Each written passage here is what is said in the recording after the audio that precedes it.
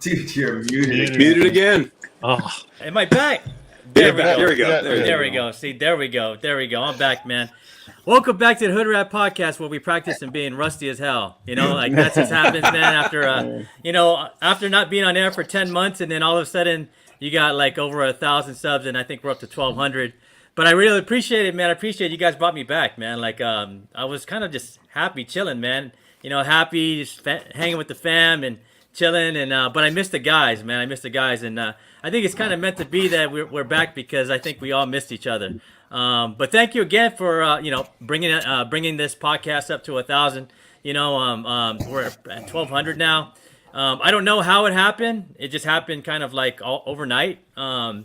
And I just want to appreciate and throw out the appreciation to whoever, bought me all my subs, like, because I didn't do nothing, man. Like, I just left everything on the rewind, man. But you guys want us back, man. And we're back, man. So check it out, man. Here's all the fellas right there. We're all back. Back. How you doing, man? Let's do a little check-in, man. I want to see what everybody's been up to, man. I'm going to go with Dan. What you been up to, Dan, since we last saw you, man? Missing the Rat Pack for one. It's good that the guys are back. Minus Kurt, though. Kurt had to work. So I've just been doing what I've been doing, doing my comic books, my martial arts, and living life, married and still working, and couldn't be happier to be back. Man, I heard you've been on. I heard you're on like 10 different shows now, bro. I don't know how. I don't know how my wife puts up with it. You got a good wife, man. That's a keeper, man. Like my wife was like, "You're gonna go back on the comic. You're gonna do the comic show stuff again." I'm like, "Well, I have to. Like, we got to come back. We're at 1,000 now, right? So I might hit one of you guys up for your couch if it gets out of hand, and my wife is this close to throwing me out. So hey, man, you have the couch for next week, because it's Comic-Con and we got a badge for you, bro. So there is one for you. And now to my Tio, man. What you been up to, Tio? Hey guys, I've still been doing my YouTube videos. I'm on Instagram a lot. I sent Ian a message, dude, what's going on, man? Why aren't you on YouTube anymore? I understood why, and it was, a good choice. You chose your family over YouTube, which is, the right thing to do. But I'm going live this Friday with you, Ian. We're going to talk about San Diego Comic-Con. I'm also doing a live monthly show. I got Dan to join me. It's called Comic Culture, where we just talk about comic books, movies, sports, things that grab our interest. And just having a good time. I'm still on YouTube all the time, I haven't stopped. I'm still going 24/7 on YouTube. So, man, I think that's the only show I've been watching is the comic show you and Dan are on. I just put it on, man, and do my thing. And I was like, it kind of like, I like watching it because I didn't have to do all the work, and I'm not on there. I can just watch you guys do the show, man. Like, it was fun. We added a third person on the show. He's here tonight too, Fernando. He's joining us on hopefully a regular basis on Comic Culture. There's Nando. Yeah, Nando in the house. Yeah, man. It is the All-Star Squad, man. It's the boys are back, man. And over to my I'm Hoodat 2.0, man. Who's Hoodat 1.0? That's Russ, man. How's everybody doing, man? The only thing I've done is done stuff on the hunt. Me and Boston Chris actually started a show on Wednesdays. And not every Wednesday, but every other Wednesday, called Graphic Content, where we just basically discuss pop culture, anything that's hot in the news, stuff that kind of, this other shows might not talk about as far as like those scripted shows. Nothing against those. This, just some, this stuff that randomly happens and stuff that's kind of coming to our thoughts and minds. So we do that, and it's like a community-based show. So we kind of like invite anybody who was available to come and join and talk with us. So that's what I've been doing, and I've been selling comics to buy other comics. So I've been doing that a lot. So, and I've been picking up some very good stuff. Can't show everything, because I'm on a show called The Hunt, and they like to see what you got. So I got a lot of recorded videos. So I'll be dropping those probably next week or so, because it'd be after The Hunt.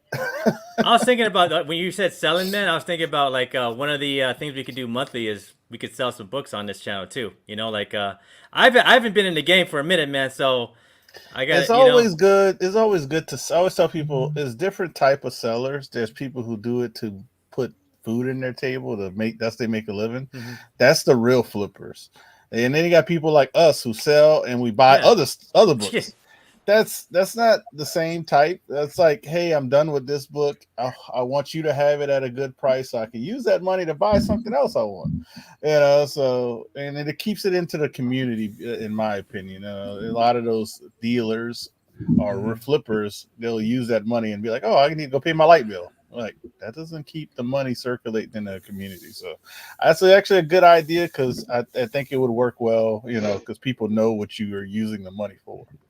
Yeah, man. I mean, if you ask me where all the money I have for selling my comics, I can show you my garage. You know what I'm saying? I'll show you my CGC order. That's all I got to do.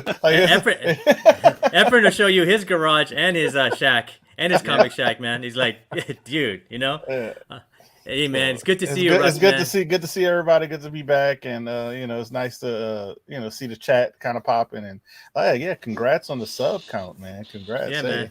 Hey, bro, I have no idea how it happened, man. I have a theory, and I'll show you guys later. Yeah, man, I don't know how it happened. It just kind of happened overnight, man. But I appreciate it. And then to my brother right here, John, man. How you been, bro? You looking good?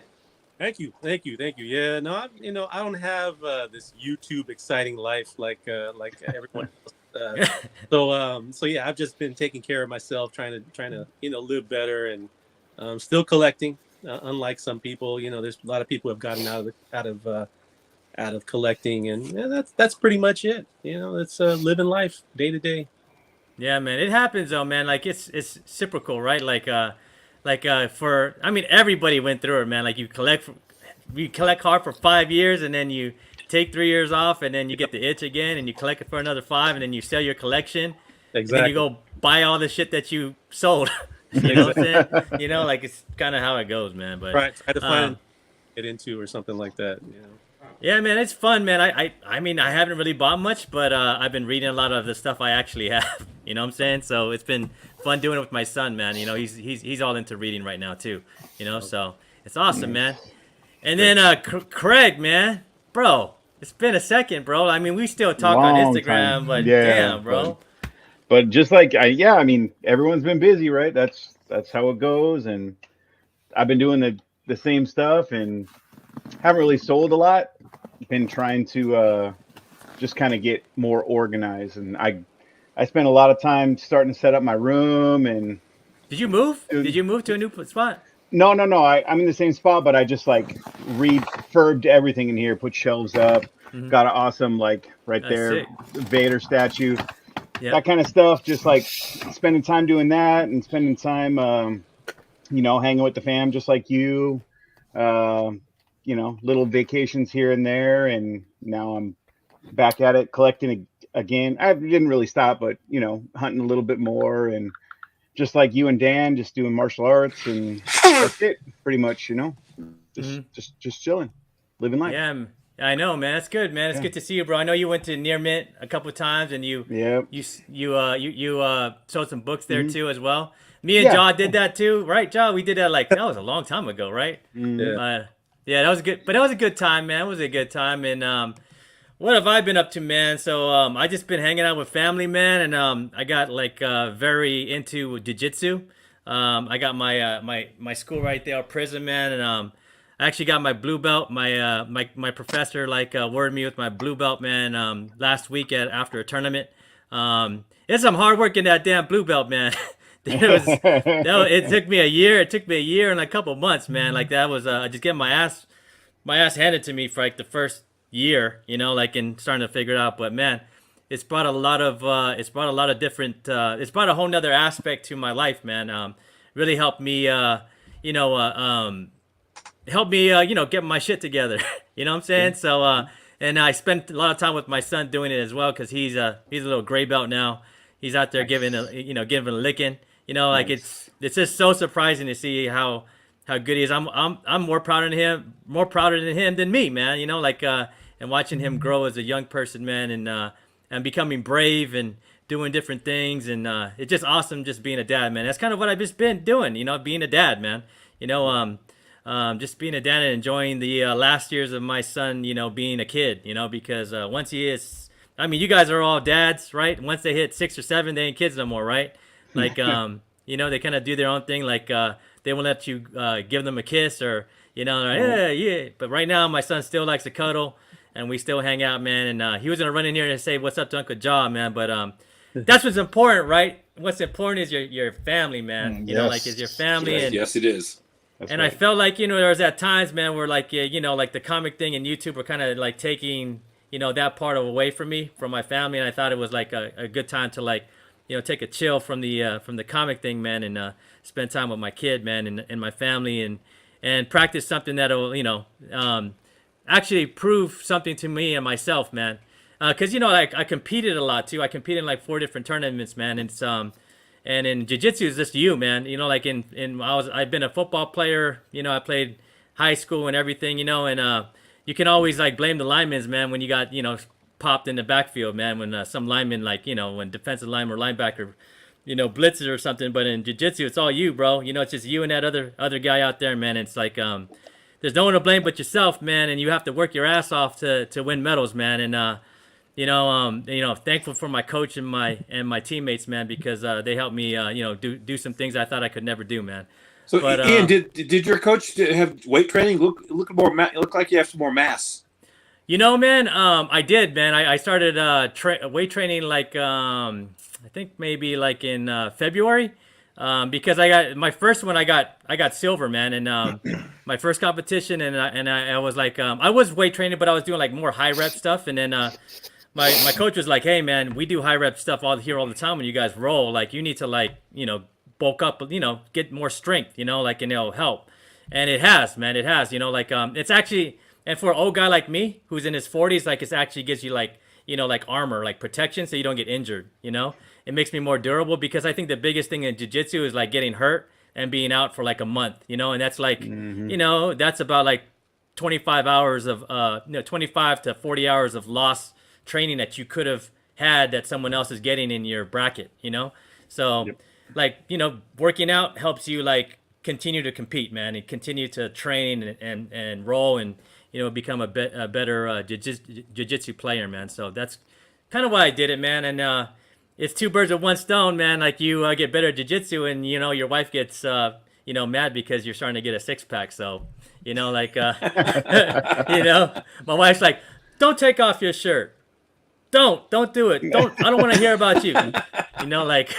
But she's doing her thing, man. She, my wife has actually, got it. She did jujitsu for, for a couple months and got her first stripe. And she was like, you know what, that's your thing. And then she joined a volleyball league and is whipping butt over there too, So, Nice. yeah, That's man, cool. everything kind of, everybody just in my household is kind of just doing their thing and becoming better people, man. And I think it was good to take a time off, man. But I'm glad to be back with my comic family right here, man. We're not gonna say comic fan because we're a comic family here. Like we actually, right. We hang out here, man, and we're. I talked to Dan so many times about like martial arts because there was times, right, Dan, where I'm like, dude, man, I'm just getting my butt whipped out there, and Dan would give me a pep talk, and I know Craig does it too, man. Craig has martial arts as well, man. And I don't know, man. I recommend martial arts to everybody, man. It's fun, and it gives you like structure that you apply to the mat and your life, and you get healthy. You know what I'm saying? And you have a really good mind space. So, anybody that's out there, man, try to find some type of martial arts or something that can get you get your mind straight, right? Exactly. What do you think, Dan? I'm gonna go to the OG Dan right here because I would say he's a professor, 3rd degree black belt, right? Actually, Oh, 4th nice. degree testing for my Degree. 5th testing for my 5th in about a year. I'm working out with a senior black belt tomorrow night, 9th degree grandmaster. These are the nicest people. Martial arts gives you a number of things, including confidence and an ability that you can do things you never thought you could do. I mean, at my age, I'll be 60 next year. I can do things like a 360 round kick on command. That's pretty cool at my age.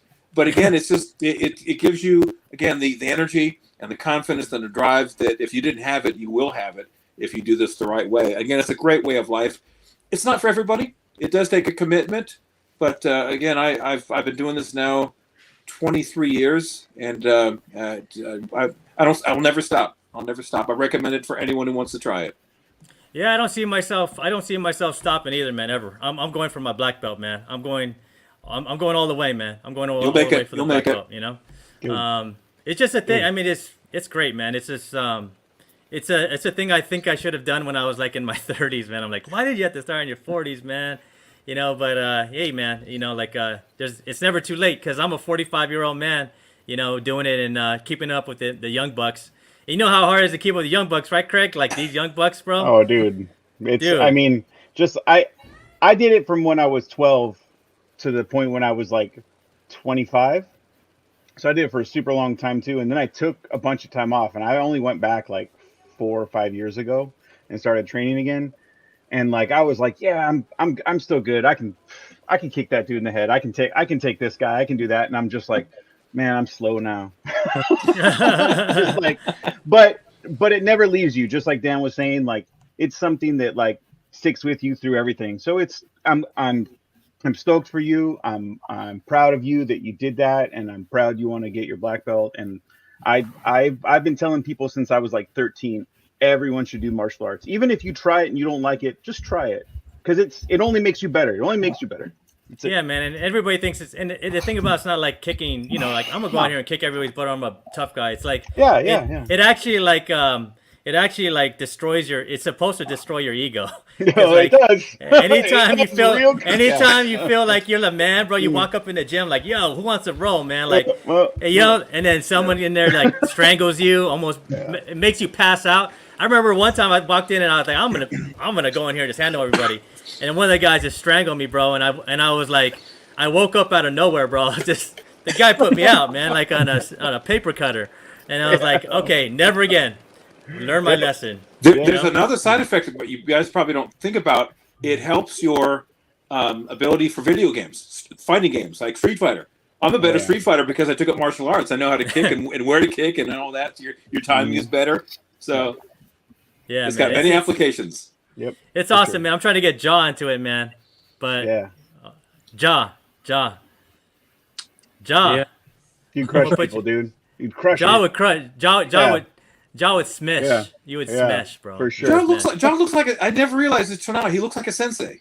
He does, He totally bro. does. He totally does. He looks like a professor, bro. Yeah. Don't let him talk your head up, Ja. Come on, Jaw. Go there and get my ass kicked. It's Everybody does it first. Everybody does it first, man. That's how it is. That's just how it is. Everybody, bro. I was going up there like I still go in there and against a purple belt, bro. Or a blue belt, or a white. Some white belts, they just whip my ass, bro. It's like nothing you can do about it, bro. They just What does Tony Sanders say? It's only an ass whooping. It's only ass whipping, bro. Just an ass whooping. Yep. Hey, man. But let's go to the chat, man. We got Nando in the house. What's up, Nando? Nice. Nando's on over at Past Points as well, man, on his show. And then who else we got? We got Rudy in the house, man. What's up, Rudy? Good to see you, bro. What's up, Familia? That's Tio's word, Familia, bro. Yeah. What's up, Familia? Yeah, you stealing that, Rudy. Come on, man. You stealing that, bro. Yo, we got Free Comics in the house, man. What's up, Free? Thank you, man. I appreciate it, bro. We're back, man. We're back here and there. And we got Nick in the house, man. What's up, Nick? How you doing, bro? Welcome back, man. Welcome back, Nick. And then I think Nick got something going on here. He wants to let everybody know that he got something going on in Tulsa on October 29th, man. $50 for comic vendors and only 6 spots remain, man. Good luck with that, man. Wow. I bet you can find some good comics in Tulsa, but Nick already found them all in all the barns, bro. You know, he's got them all. You know, hey, man, and that's it, man. I want to say welcome. We're back. I want to welcome back, our viewers on, live and on the rewind, man, and our, and the Hoodrat family right here, man. It's good to see everybody, man. You guys just haven't looked like you've changed any, man. You guys all look all good and healthy and everything, bro. What? Not healthy, but good. Not healthy. Bro, Dan knows. Like literally, I haven't been having back issues, so that's why I haven't been doing anything much. But I'll tell you one thing I wanted to bring up. Talk about family. My daughter took up drawing, and she loves drawing. Nice. She likes doing it. So that's one thing that came out of a positive from the last time we've been on here, because I don't think she was drawing back then. But now she has a couple of sketchbooks and she's going full out, drawing a lot of stuff, getting better and better, in my opinion. Now she used to watch videos and draw and pause the video and draw, do it that way. Now she's like, I don't watch the videos no more. I just look at a picture. I'm good. I'm good now. I said, okay, all right, cool. All right. I said, all right. so that's another little positive thing with the family. But yeah, I think everybody, even though like me and Dan will probably have been the most doing a lot of different shows, I would say the break was still good because that added another layer of doing stuff. But I was able to take a family vacation or a couple of vacations, and spending time and stuff like that. So it's good to see everybody, and I appreciate everybody in the chat. That's all I can say, man. So yeah, man. Ditto, man. Thank you, man. We got 12 in the chat right now. I appreciate you guys all hanging out, man. And you guys just came back. It's our chat family here too, man. Like they've come and watched us, live and are sticking with us, man. Even though we took about like almost a year break, right? But yeah, man, it's awesome, man. But let's get into the show, man. Since we haven't been on for a bit, man, we're gonna show a couple of things that we've gone. I asked the guys to bring 3 things they've gone over the break, man. So to show you guys what we have. But so let's check it out.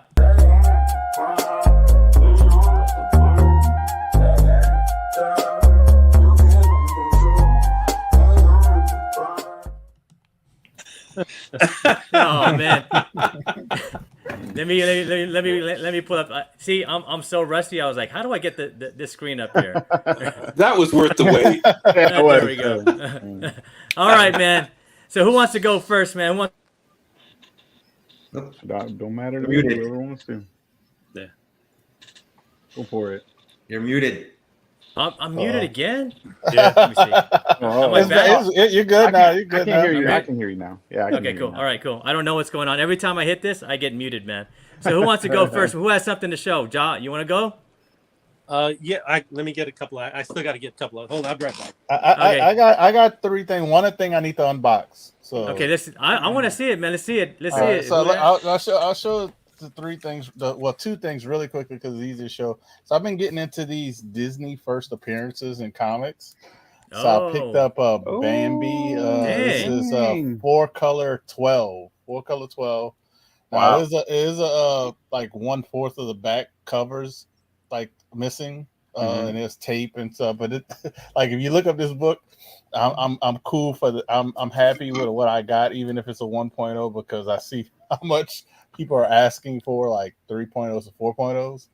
So I think I spent $20 on this book. Oh wow! For being a 1.0, I'm assuming that was just a crazy steal for the age of that book. What year did that book come out? You know? I had it. I think I have it written on the back. No, I don't actually. Okay. I'll look it up. I kept the little price sticker in with the issues with it. But it's in the it's either, I think it's in the 50s. I think it might be a little older. But because I was looking it up the other day just to see if I could upgrade it, and I was like, nah, I'll stick with the 1.0. This is another book that I wasn't expecting as high as a grade, but it matches my first Supergirl. Look at it, he's touching buttons. He's. I know. I'm trying to figure it out. There we go. Now it works. So I was able to my Supergirl. My Superman 123. This is the first prototype of Supergirl. I had the first Supergirl in the 5.0, and I bought a raw copy, just hoping for at least a 4. And it came back a 5, same grade as the other. Hey, that's nice. Copy. So that's always nice. So I got 2 matching copies. Like my buddy from 3 Men in the Basement, Otto, would say they're linear grades. So it's good. I was happy with that. I've been picking up a lot of stuff and kind of expanding my collection, because I've been picking up like first appearance of female characters or African American. Well, I always did the African American characters of color, but I started doing the female characters because I wanted my daughter to get, into it and have something, she can follow. So I didn't know she would start drawing and everything. So I'm kind of happy I did. And it's kind of gotten me in a new thing. So this is a book that I'll gonna shout out. Some people might not like her. Some people like her. Nerdy Girl Comics. The reason why I'm giving her a shout out because not many people give you like 6 months to pay off a book, and only reason I'm unboxing it because it feels like it's kind of flimsy. I would have just did it earlier because I was like, I don't know what I should, I should unbox this live. So this is the first appearance of a female character, unexpected of what I collect. If people know me, who've known me, because I've been getting a lot of these books lately. That's why you see that Superman 123. So if you kind of hinted towards that, you kind of know what I'm talking about as far as what. Not Marvel. So I had this book speaking to was it Rudy? Rudy talking about it's hard to sell. Lately I've been selling to buy other stuff and upgrading stuff. So this is what I sold this book to upgrade it, and I think I'm happy with the results because I had a 7.5. And I was able to upgrade it to a 9.2. Oh, nice. So this is the first appearance of Nubia, Wonder Woman's sister. I think half sister or something like that. But so I was happy to get that. So now I am very happy with the grade. Now it's just to get the rest of the set because it's like Wonder Woman 205 and 206 to kind of get it in its grade range. You don't have to be 9.2, but get it in 8.5 or 9.0. But shout out to Nerdy Girl. Appreciate the payment plan. Everything came out okay, it looks like, as far as the book. So, I mean, there you go. That's my 3 books, man. I'm happy to have that. Dan, you can't use this against me on the hunt because you don't know when I'm going to pull it out. Well, hold on. I'll make it easier. I'll never face you again on the hunt. So I solved that problem. Hold on, guys. I got a special guest on here, man. There we go. Special guest. All right. Hey! Hey, go say hi to Uncle John. Say hi. What's Uncle up? Hi, Uncle John. Hey, man. How are you doing? How are you doing? I'm doing. I have Adidas, Uncle John. He got Adidas. He wanted Adidas, bro. He got Adidas. Nice. He's too spoiled, man. He asked for Adidas, he gets Adidas. Let me Oh, that's great. Be good. All right, say bye to everybody. Bye. Go away. Say bye. Bye. All right, Good man. Who's to up see you. next? Who's up next? Goodbye. Bye. I could go. All right, let's go. I actually did get a couple of things. So I'll just sort of rapid fire these, but these are really inexpensive. Great time to get them. These are all, bronze, early Silver Age stuff, and it's the Marvel team up. And it's got Spider-Man and Kazar. Again, these are really, really inexpensive. You go to places. I've got A1 Comics here in Sacramento. Marvel team up nice. 26 here. Nice one, thing. And Warlock. Warlock is still in the picture with the MCU. Yeah. And again, extreme good reads, inexpensive. 20 centers are always popular. Wow. Nice Spider-Man Submariner issue. Werewolf is also popular. There he is in an early appearance with Spider-Man. I think it's his first meetup of the two of those. That's cool. Spider-Man and the Inhumans. Again, the Inhumans are also an underrated team that I don't think will be back. And this is basically under the radar. People aren't really looking at this one. And that's first appearance of the Jester, Daredevil 42. Really pretty copy here. Fairly white for the most part. White, white cover. Hard to find these in white cover. I like And it. this is part of the A1 Comics, something they call the Winter's Collection. So I was able to secure one of those, a little certificate. Yeah, that of was a authenticity. collection, I think, from one person. I remember them talking about it. So that's a good little collection. I didn't realize it when I got it. When I brought it home, I saw the certificate on the back, and I looked it up too. So I'm just happy to get one. And this is a strong recommendation from Hoodrat, and I took his advice. Oh, Yeah. 129. Nice, pretty copy. Shout out to OP Comics of Santa Rosa, California. My new LCS. that's a So great I'm X-Men game. Nice. Yeah, man. I'm restoring my old Claremont collection. So I got one of the big ones off the list. Yeah, that's a triple key, I like to call it. Oh, Triple yeah. key. It is. For real. That's man. a good one. Cool. Those all look good. So Nice. that's books, what I got. Man. I don't think I can beat that, man. But I'll go next, man. To give you guys. So I mean, I haven't. So I've been gone for a minute, man. But I do have some books. Me and John actually did an unboxing that I never posted because I was just too lazy to edit. Remember that, man? You know, so this is some stuff I got back from CGC. So I got this one back from CGC. There you Oh, go. So Ooh. yeah, man. Yep. No, you beat me right. Well, just that one, you beat me. Oh man, but Dan, if you just Beat bring out everyone. you just bring out your 181 and it's over, bro. Like I don't have a 181, and I don't have that. So yeah, You don't? Okay. yeah. All right. Okay. I'm gonna go find a Okay. rock to crawl underneath. I'll be back. I'll take the win, man. I'll take the win. I'll take the win. But yeah, man, I thought this was gonna be about a 5, but it came back at 6.5, man. So I was like a bump in a 1.5 bump, man. But one of my dad's favorite characters, man. This is the first Silver Surfer on the cover, man. So yeah. But that's a classic cover, though. I mean, Yeah. how good how great, how awesome Kirby stuff is this, man? It That's is. classic Kirby stuff right there, right? It's Yeah. beautiful, man. I mean, That's This the one one- they use for the label too, right? Like all of them Yep, at the yep. bottom, they put on the label too. Yeah. yep, right there, yep. That's It was cool. kind of worked out good, man. Yeah. That's awesome. Yeah.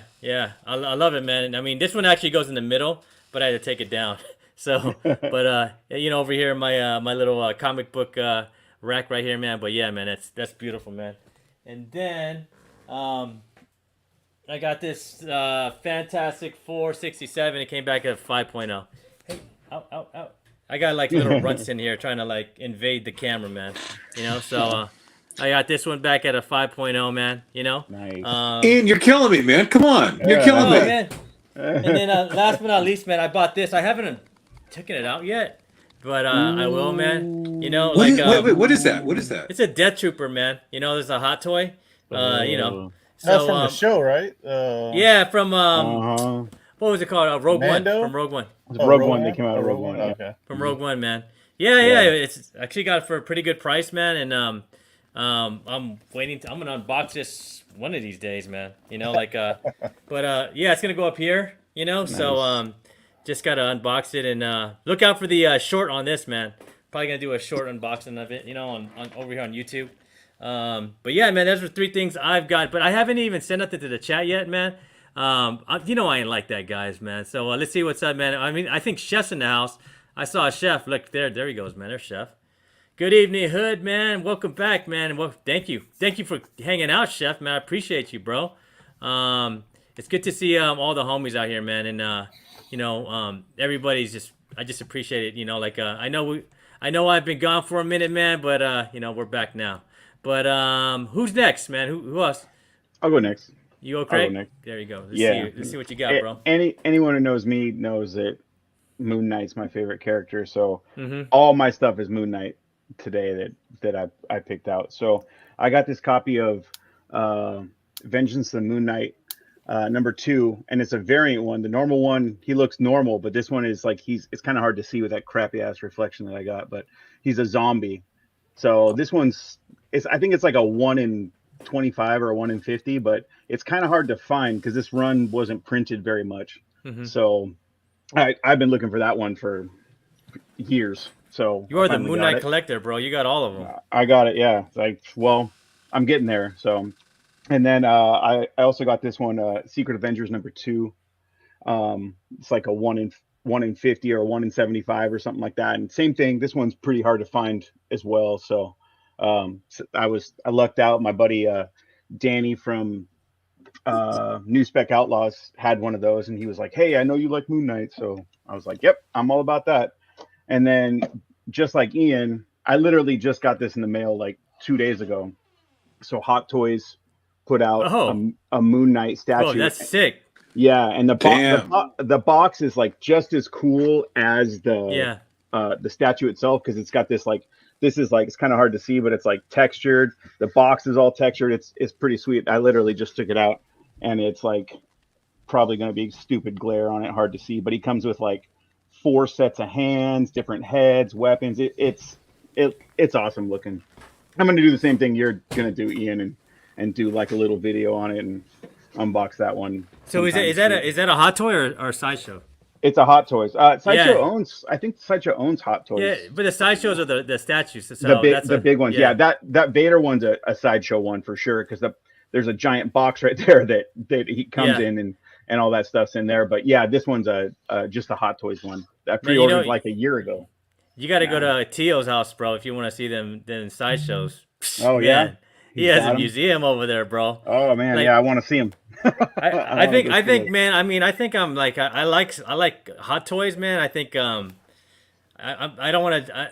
I might have to dive in the rabbit hole, man. You know, like, but it's an expensive rabbit hole, man. Once you get into like hot toys, That's no joke. it's no joke, bro, man. It's no Yep. joke, man. Nope. Like, but I love Yeah. them, man. They're so like articulated and everything, and You can do I a mean bunch the of way cool poses and stuff. even yeah. the fabric, bro. Like, Yep. how's the fabric on that Moon Knight?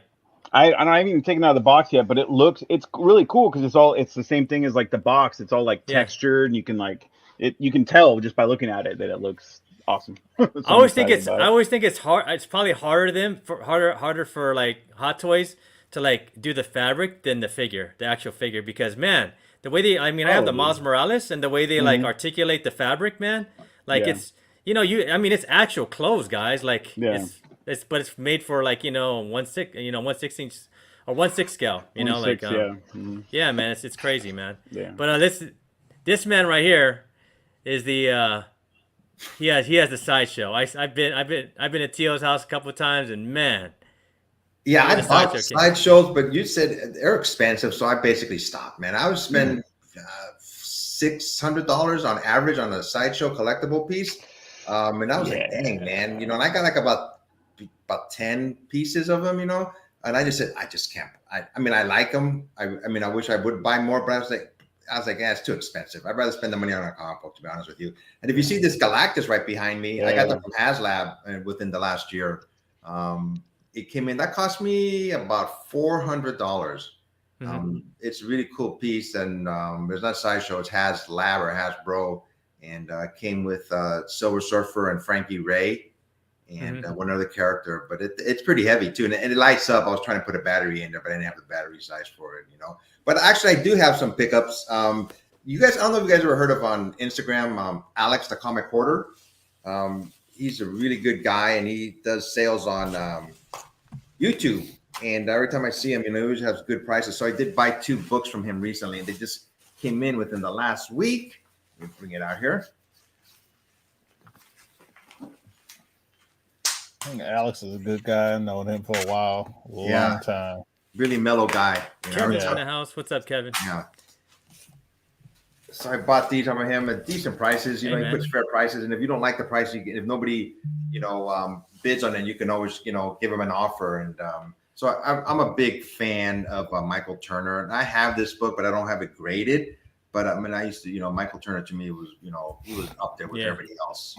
I picked up this one. Yeah, nice. Oh, sick. Yeah, man. Michael Turner, baby. Yeah, so Michael Turner goodness. This was at a decent price. So I said, let me get this one too. And I got a Silver Age book here. Like I said, I wasn't planning on buying anything, but when I see sales, if something grabs my attention, either I'll put a bid on it, or not. And this one I did, and I got it at a decent price too. Bring it out here.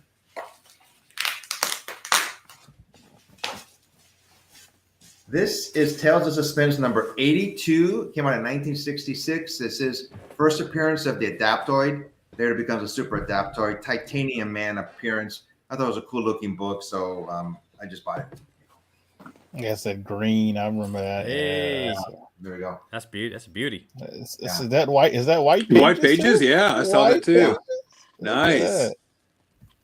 Yeah, so I said, you know what? I'm just gonna buy these off of him. Wasn't hunting for this book, but I just liked the cover, and I said, screw it, I'm gonna get it. So, yeah, that green always. I've seen that cover before. That green always looks good. Yeah. Oops. Nice. Well, that's it. I just had 2 guys. All right, man. And I just want to ask, how's everything going with the channel, and let everybody know, man. So you. It's been going good. Learning everything. I'm always picking up new things, and going live on your channel for however long we did it gave me the impetus to start doing more live shows. And I'm doing a lot of live shows from my friends over in the UK and Ireland. I've been going on there. So little by little, I've been going more and more live on my own channel. Like I said, I started a monthly show with Dan. I said, hey Dan, I'm thinking of starting a new show. Would you like to come on with me? And he said yes. It's called Comic Culture, and basically, we talk about comic books, movies, TV shows. Yeah, you know, we throw a little bit of sports in there. Dan and I are big baseball fans, and yeah, it's been going on. I think we did the first 2 recorded just to get our feet wet, so to speak, and episodes 3 on up, we've been going live, and we've added. I mentioned previously, Nando asked if he wanted to come on with us on a regular basis, and he said yes. So we'll be going on again in August after Comic-Con, and yeah, I'm just having a good time, just trying to do my thing on YouTube and Instagram. No, man. I watch here probably you and Hoodat are probably the only channels I've been watching, man. Because when I go, it's funny, man. Because when I go on, whenever I'm on YouTube on a Saturday night, Hoodat's on. I'm like, "What's up, Hoodat?" And I just leave it on, bro. But yeah, man, you guys got to keep up the good work, man. I mean, Tio, man, like I don't know, man, if I'd even have a channel without you either, man. Like you've helped me get there, man. Everybody on here. I mean, I don't know, man. This Hoodrat channel is like these 6 guys right here, man. These other 5 guys here have helped, really help put this channel together, man. But Kevin said he used to train back in 95, man. He's been following me, and nice work. Yeah, thank you, man. I appreciate it, man. It's just I have a great professor, man, and a lot of awesome guys I train with, man. It's all it's 50% me, 50% them, man. You know what I'm saying? So you know how it is, man. You guys know you got to have you have to have good training partners and a good professor, man, to be any good, man. If you're missing one of those, you ain't gonna be good, bro. So yeah, it's a shout out to those guys over at Prism as well. But hey, man, so we got this. I had this new segment. I came up with this idea. I didn't show the guys anything. Am I muted again? Oh, dang, man. How am I doing? Can you hear me? No, we can hear you. We can hear you just fine. Who's muted? You forgot. No, you forgot. Oh wait, you forgot the sensei, the new sensei. Oh, the sensei. Oh, bro. Okay. Oh, did I forget the sensei, bro? Again. Okay. Man, see, I'm rusty, bro. Come on, man. I haven't been on in 10 months, bro. John, give him a chopper. A nice little chop across the nose, right? I was about to leave the whole show, man. Oh, man. What's up? Don't do that. All right. So for me and my pickups in the last year or so, I've kind of changed the way that I'm collecting.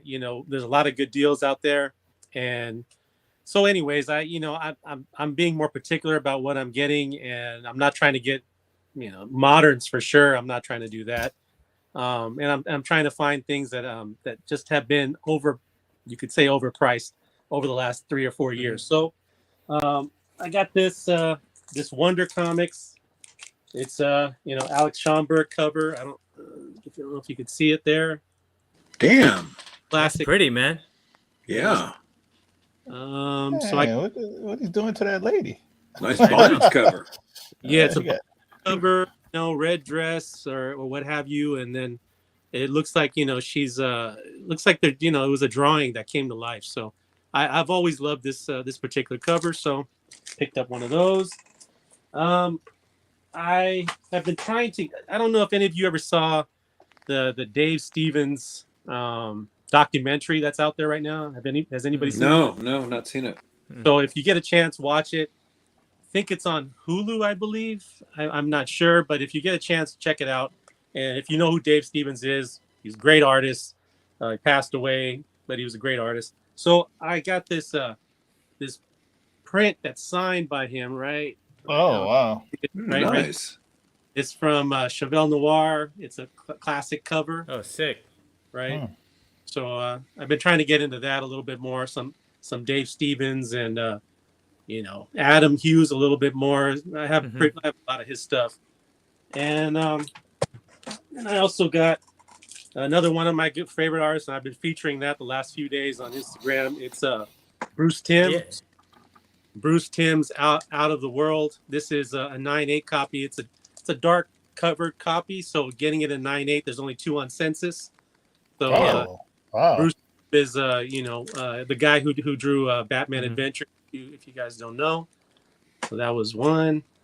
And speaking of Batman, so last thing, I got this in an auction. So this is Bruce Timm did the artwork on this, and each one is a pin. So he did the artwork in each one of those, put it in a clamshell, put a safety pin on the back, and I thought it was really unique. Joker, Batman, Catwoman, Harley Quinn, Mr. Freeze, and Ivy. So it's something that I really thought was really cool. It's different, and that's the kind of stuff I'm trying to collect now. Man, That's very cool. Yeah, that's actually cool. That's really cool. Thanks, man. Thanks. Man, I mean, I always love what you collect, man. You always are, you Thanks. you got your own style of collecting, man. You know, Thank- you don't let the influencers regulate what you collect. You know what I'm saying? Love, and if you collect what you love, then it's always going to be a pleasure to own. Right. Yeah, man. Hey, man, awesome stuff, man. Awesome stuff, Job. But all right, man. Thanks, guys, for showing your stuff, man. But we got this new. Okay, I'm gonna go back to when I was supposed to put Job on, and then sorry. but yeah, man. I came up with this new segment, man, and I'm gonna hit it right here so you guys can see it, man. The guys haven't even seen the books I picked, but you guys, I think you guys would agree, man, that it's this.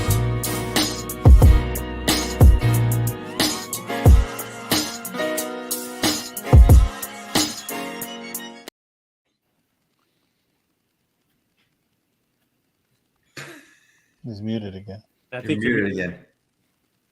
He's muted again. He's still muted. Yeah. Every time you hit a video, it Yeah, something's goofy with this. Yeah. Yeah, Ian, you still muted, bro. Yeah, there you go. There you go. There you go. Sorry. Every time I hit a video, it mutes me, man. It mutes me. I don't know what's going on. But yo, this is the Jomo section, man. And can anybody tell me what Jomo means, man? Because I think me and Ja laugh about this all the time, right, Ja? Yeah. The joy of missing out, man. So instead of you getting FOMO, man, I'm feeling Jomo because I ain't I'm not chasing the bullshit, man. And you shouldn't be chasing the bullshit either, man. So here we go, I was man. about to ask you if that was a California saying. No, man. I was like, Joe, what is I seen it somewhere, man, and I was like, oh man, that would be a good segment. I was like, the joy of missing out. I think it was something about food. And someone was like, Jomo this, Jomo. I was like, what the hell does Jomo mean? I looked at it, was like, joy of missing out, man. And look, Manny knows what's up too, bro. Manny's like, Jomo. Hashtag that motherfucker. But hey, we got the DJ, man. Hey, D, we made a G like we planned, man. This is my boy from Oakland, man. And he provides all the music, man, for the Hoodrat podcast. But yeah, man, this is Jomo, man. So let's look at these books that we have a joy of missing out on, man. That we didn't pay the big bucks for just because like someone told you should buy it, right? I hope I don't have these. First one. The artist though, Takashi Okazaki, I'm a fan of him, man. He's a guy. He did the what's it called, Ja? The samurai one. I forgot, man. I don't know. I forgot, but I've been collecting his books actually, like all his covers. He did a really good one for I forgot, man. The something in the past. I can't. It's not coming to me, but I actually like this artist, man, Takashi Okazaki. But man, it's a new book. Why are you paying $124 for it, bro? They're saying like, can you guys help me out? Why this is a Jomo book? Manny helped me out. They're saying that I could help you out. It's help me out. You know why it's a Jomo book? Because she appears on cover A. Right? It's like why would everybody's like, oh, she's on the cover, and then like somebody told me she's like on cover A, and actually cover A is a really good cover. So it's like, why would I pay $100 and something for a 1 in 25 when I could get cover A for cover price? And she's still on the cover. That actually is a good cover. So. Yeah.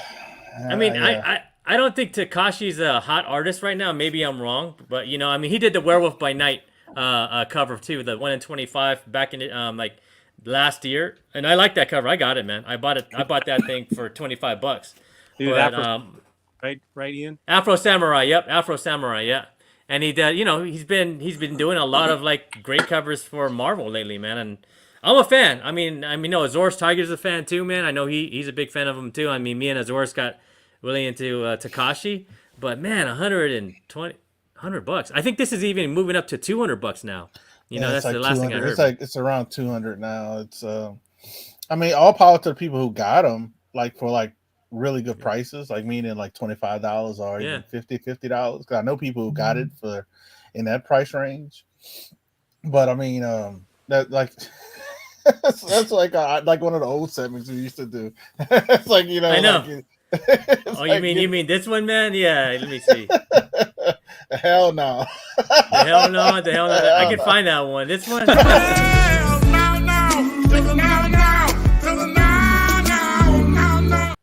Oh my I god, love that's I miss that exactly guy. what this is. That is exactly. We need him to go to the Well, Jomo yeah, to the Jomo. I'll probably have the same thing to say on pretty much every comic you're going to show, Ian. That is, what's the long-term staying power of these comics? Is it going to go up in value? Is it going to go? I don't see why, unless there's something special about the character. If it's just simply the cover, what's the big deal with it? They're thinking. I mean, I think people are thinking this Venom, for this Venomverse is gonna have her own series. I guess like that's my take. But my thing is like, I mean, I don't know, man. I don't know. I think they're I don't hoping know. for a don't know. Venomverse like they're doing the Enter the Spider-Verse. Mhm. Maybe Enter the Venomverse. I'm guessing they're hoping for. But yeah, it's a hope and a dream. It's a long way off, man. I mean, I showed a $20 book that I would have paid $100 for. So yeah, and that was a book from 1942. Hey, man, my man Manny, man, will help us fill it in right here, man. He said he went to his LCS. They still had a 1 in 25 for $125.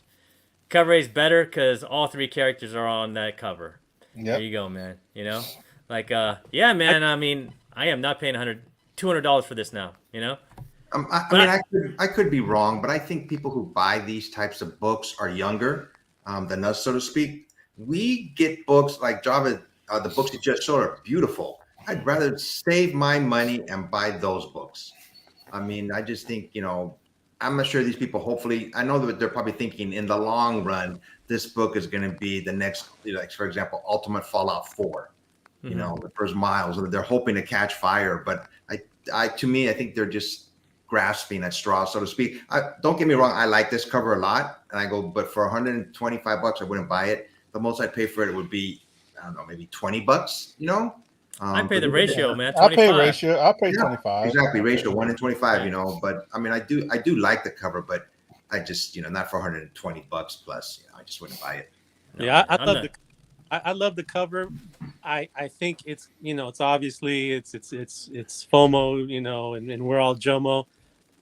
I think this is where Marvel has to go, because if anybody saw a recent anime convention here in Los Angeles, and they saw all the people that were there, the younger generation is all about anime and all that stuff, and comics. I mean, let's be honest, people go to cons, you don't ever see kids buying. So you have to go into this genre, and you have to do that. So in the long run, maybe, but for anything that's above ratio, $100, $200, no, it'll drop though. It'll definitely drop, I think. Oh yeah, man. In a month, man, you get this for like probably $75, $60. Right. I don't know, man. Right, right. We already know, man. I mean, I don't know where y'all getting extra money to pay $200 because they ain't handing out free money no more. So I don't know. Yeah, I don't know. I have no idea. Yeah, man, Dad's in the house. What's up, Dad, man? How you doing, bro? We missed you too, man. We missed you too. And then Manny over here, people are buying it to the hype, and the majority of people are paying $120 plus for the 120 for the 1 in 25 never read issues 1 through 3. I haven't read 1 through 3, so. And then I think they think it's Scotty Young, But yeah, man, Takashi's a great artist, man. Don't get me wrong, man. I love his covers. I love his stuff, but I ain't paying $125. Next one up, man, is this one. So, tell me, guys, man. I've been out the loop, man. Is this still a book people going nuts on? No, not so really. This was like the one we just saw, but a month later, right?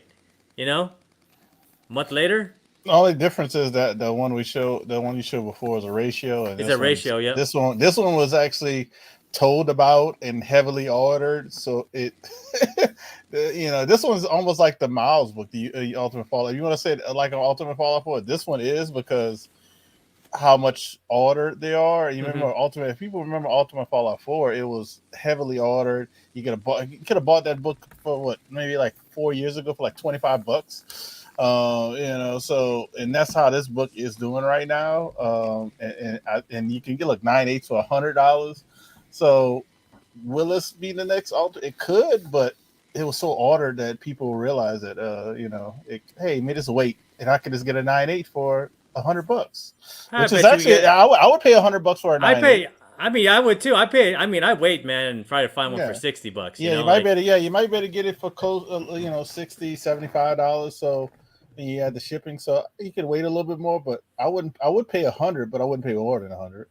I'd pay $75, man, because you know how it is, man. If you press books, you got to look at them and make sure they're all pressable, and then you got to press it. Let someone else do all the work, man, and pay $75 for that thing. Hell yeah, I'm down. And when this book came out and it was cover price, I bought like about 10 of them. I said, yeah, they're cover price. Why not? Yeah. So. Oh, yeah. Why not, man? Like let the FOMO people buy the JOMO, man.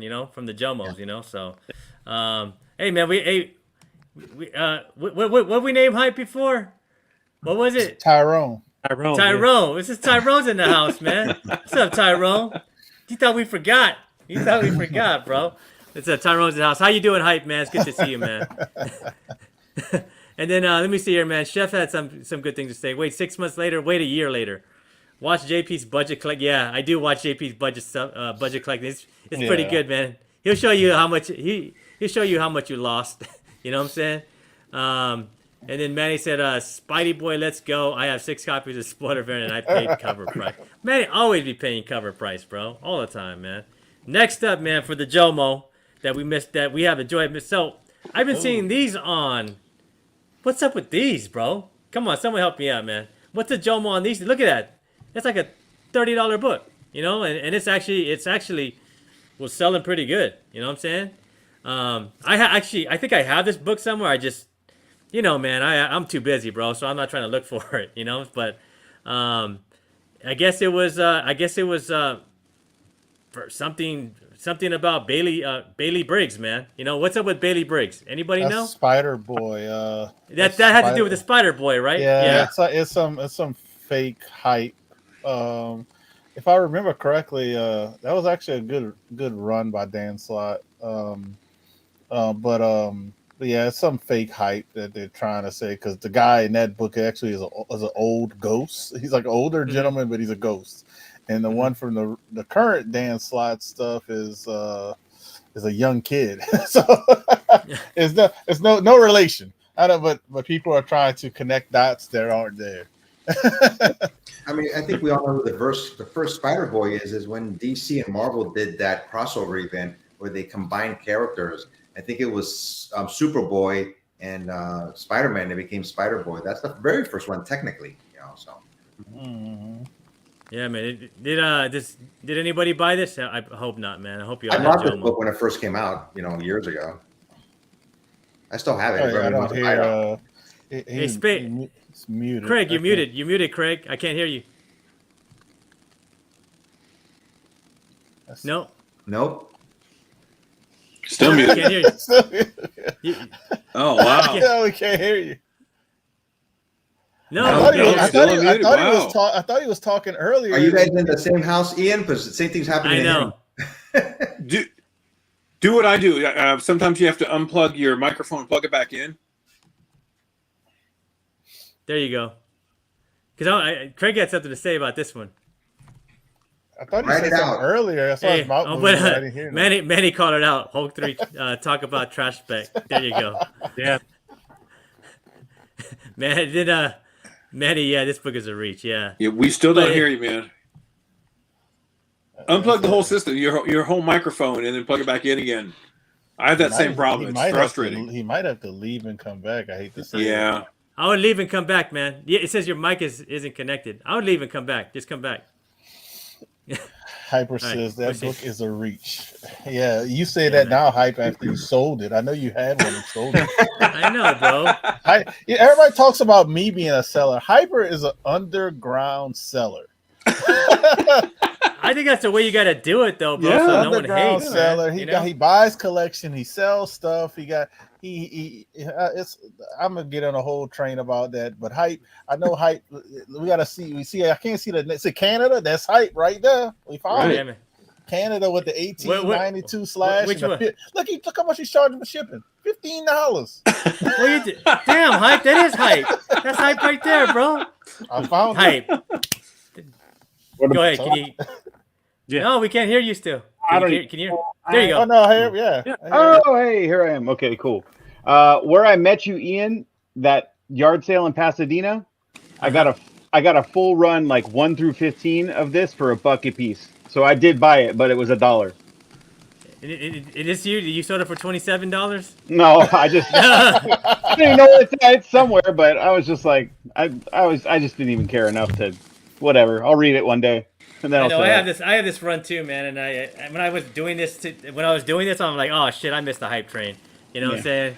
So I was like, yeah, it is what it is, man. But it's funny, man. If you keep your books, you know, like one day they'll be on the hype train. It just seems like, right? Like, you know, like, and even if we still, hey, look at Tyrone said. Let me see what Tyrone says. He says, why you gotta put me on blast?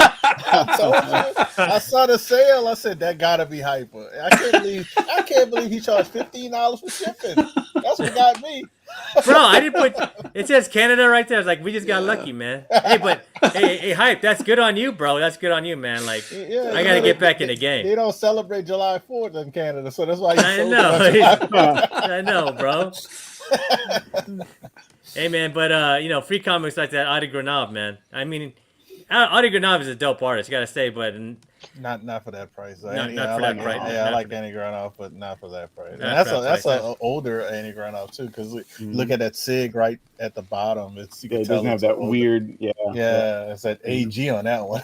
Yeah. All right, man. So the next one up, man, is another. The Wolverine, man. So the first appearance of his kid, Dakin, right? Dakin. Yeah, You know? Dakin, whatever whatever. I always said Dakin, man. I don't So- even know.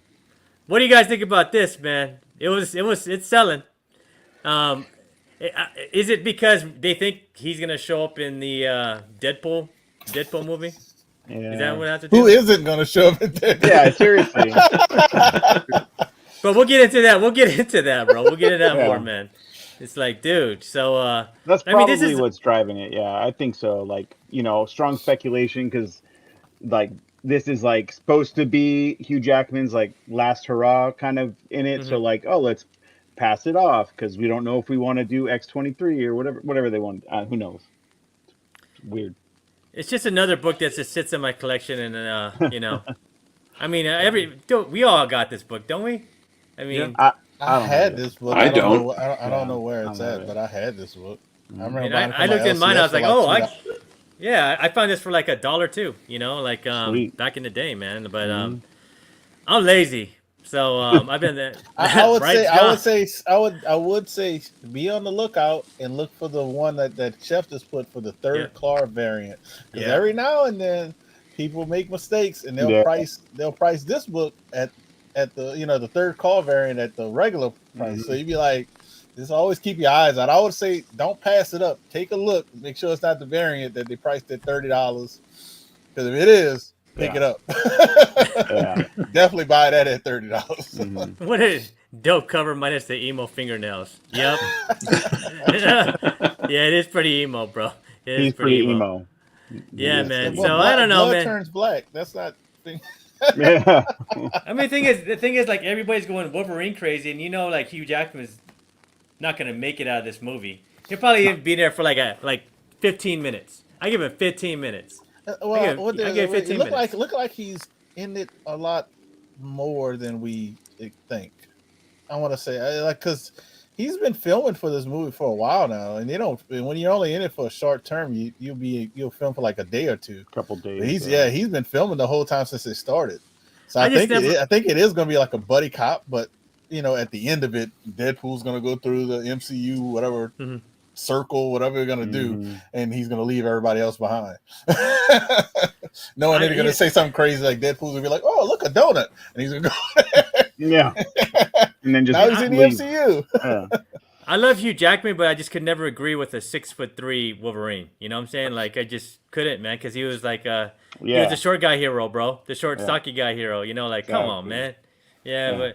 but he was a dope. He is a dope Wolverine, though. He is a dope Wolverine, but I just he ain't 6'3", man. Come on, bro. Come on. You know, he ain't 6'3". He's taller than Deadpool in that picture. I know.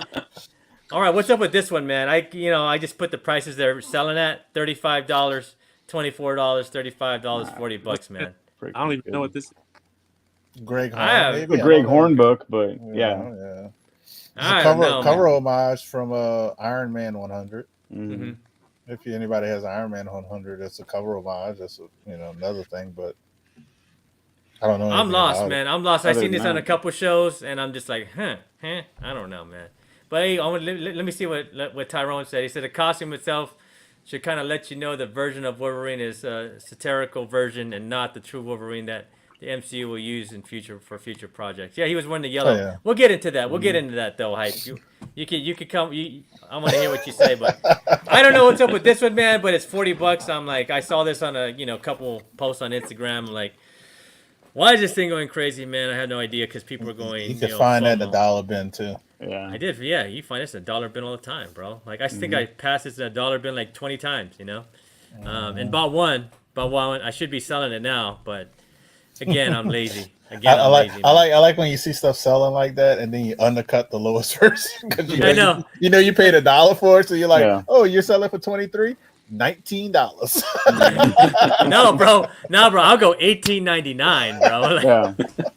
I was like, Makes a I make difference. 18 times on my dollar, bro. That's right. $18.99, but here we go, man. So next one up, man. Okay. Oh Lord. Oh Lord. Go ahead, John. John. I agreed with this shit too, man. I agree with this stuff too. Oh man, I mean, no, I don't even. I mean, what are you gonna say about this? I mean, just look at those prices. Yeah, no, that's not. Yeah, Oh, you got to pay for his like his Lex, his BMW, his Mercedes like Jeep, bro. That he. I mean, look, his art goes for a lot in auction. His art's really great. He's one of my favorite artists. But I mean, who's gonna pay $3,000 for a full pencil headshot? Like, look at Somebody will. They Yeah. will, bro. Like 10 of them will. I bet. Somebody will. I saw somebody pay $2,000 on a Clayton Crane sketch. wow. Yeah, Wow. and that's in Dallas. So yeah, I can if they'll do it for Clayton Crane, they'll do it for Jim Lee. But I was more shaking my head on the signature price because I was like, man, you were already $50. Now you went up $10 to go to 60. I know, right?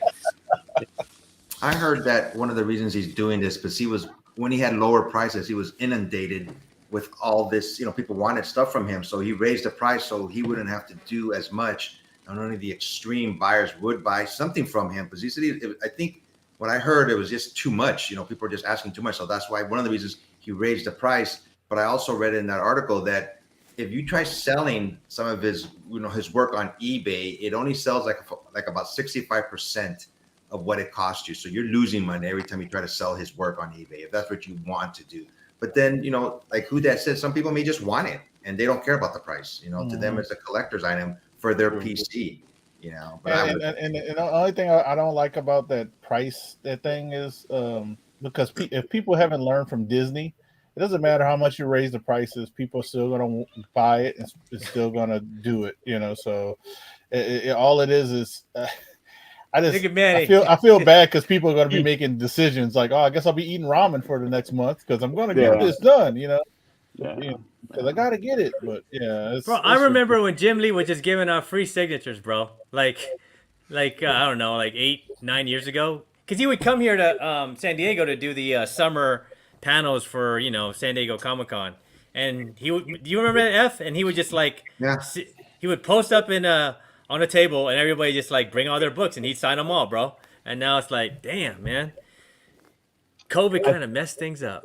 Big time. I went this, and it's funny. This is at Torpedo Con. I went to the first Torpedo Con. It was like the first con back, and by far he had the most people there out of everyone. There was like 6 or 7 people signing, and he had the most, and they had to stay late just to accommodate everybody who wanted a signature or a small remark or whatever it was for that. So like, I can understand why they would like charge whatever $50, but like getting into the like $2,000-3,000 range, that's a little insane. I mean, 500 for a remark is insane. Yeah.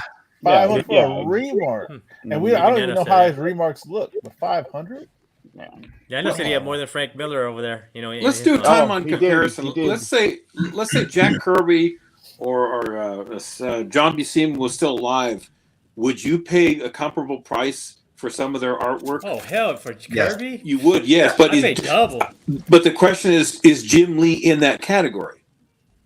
Not in my opinion. I don't think Not so. in Kirby, not in Kirby's realm. Or Yeah, I Buscema. mean, 90s kids, yes.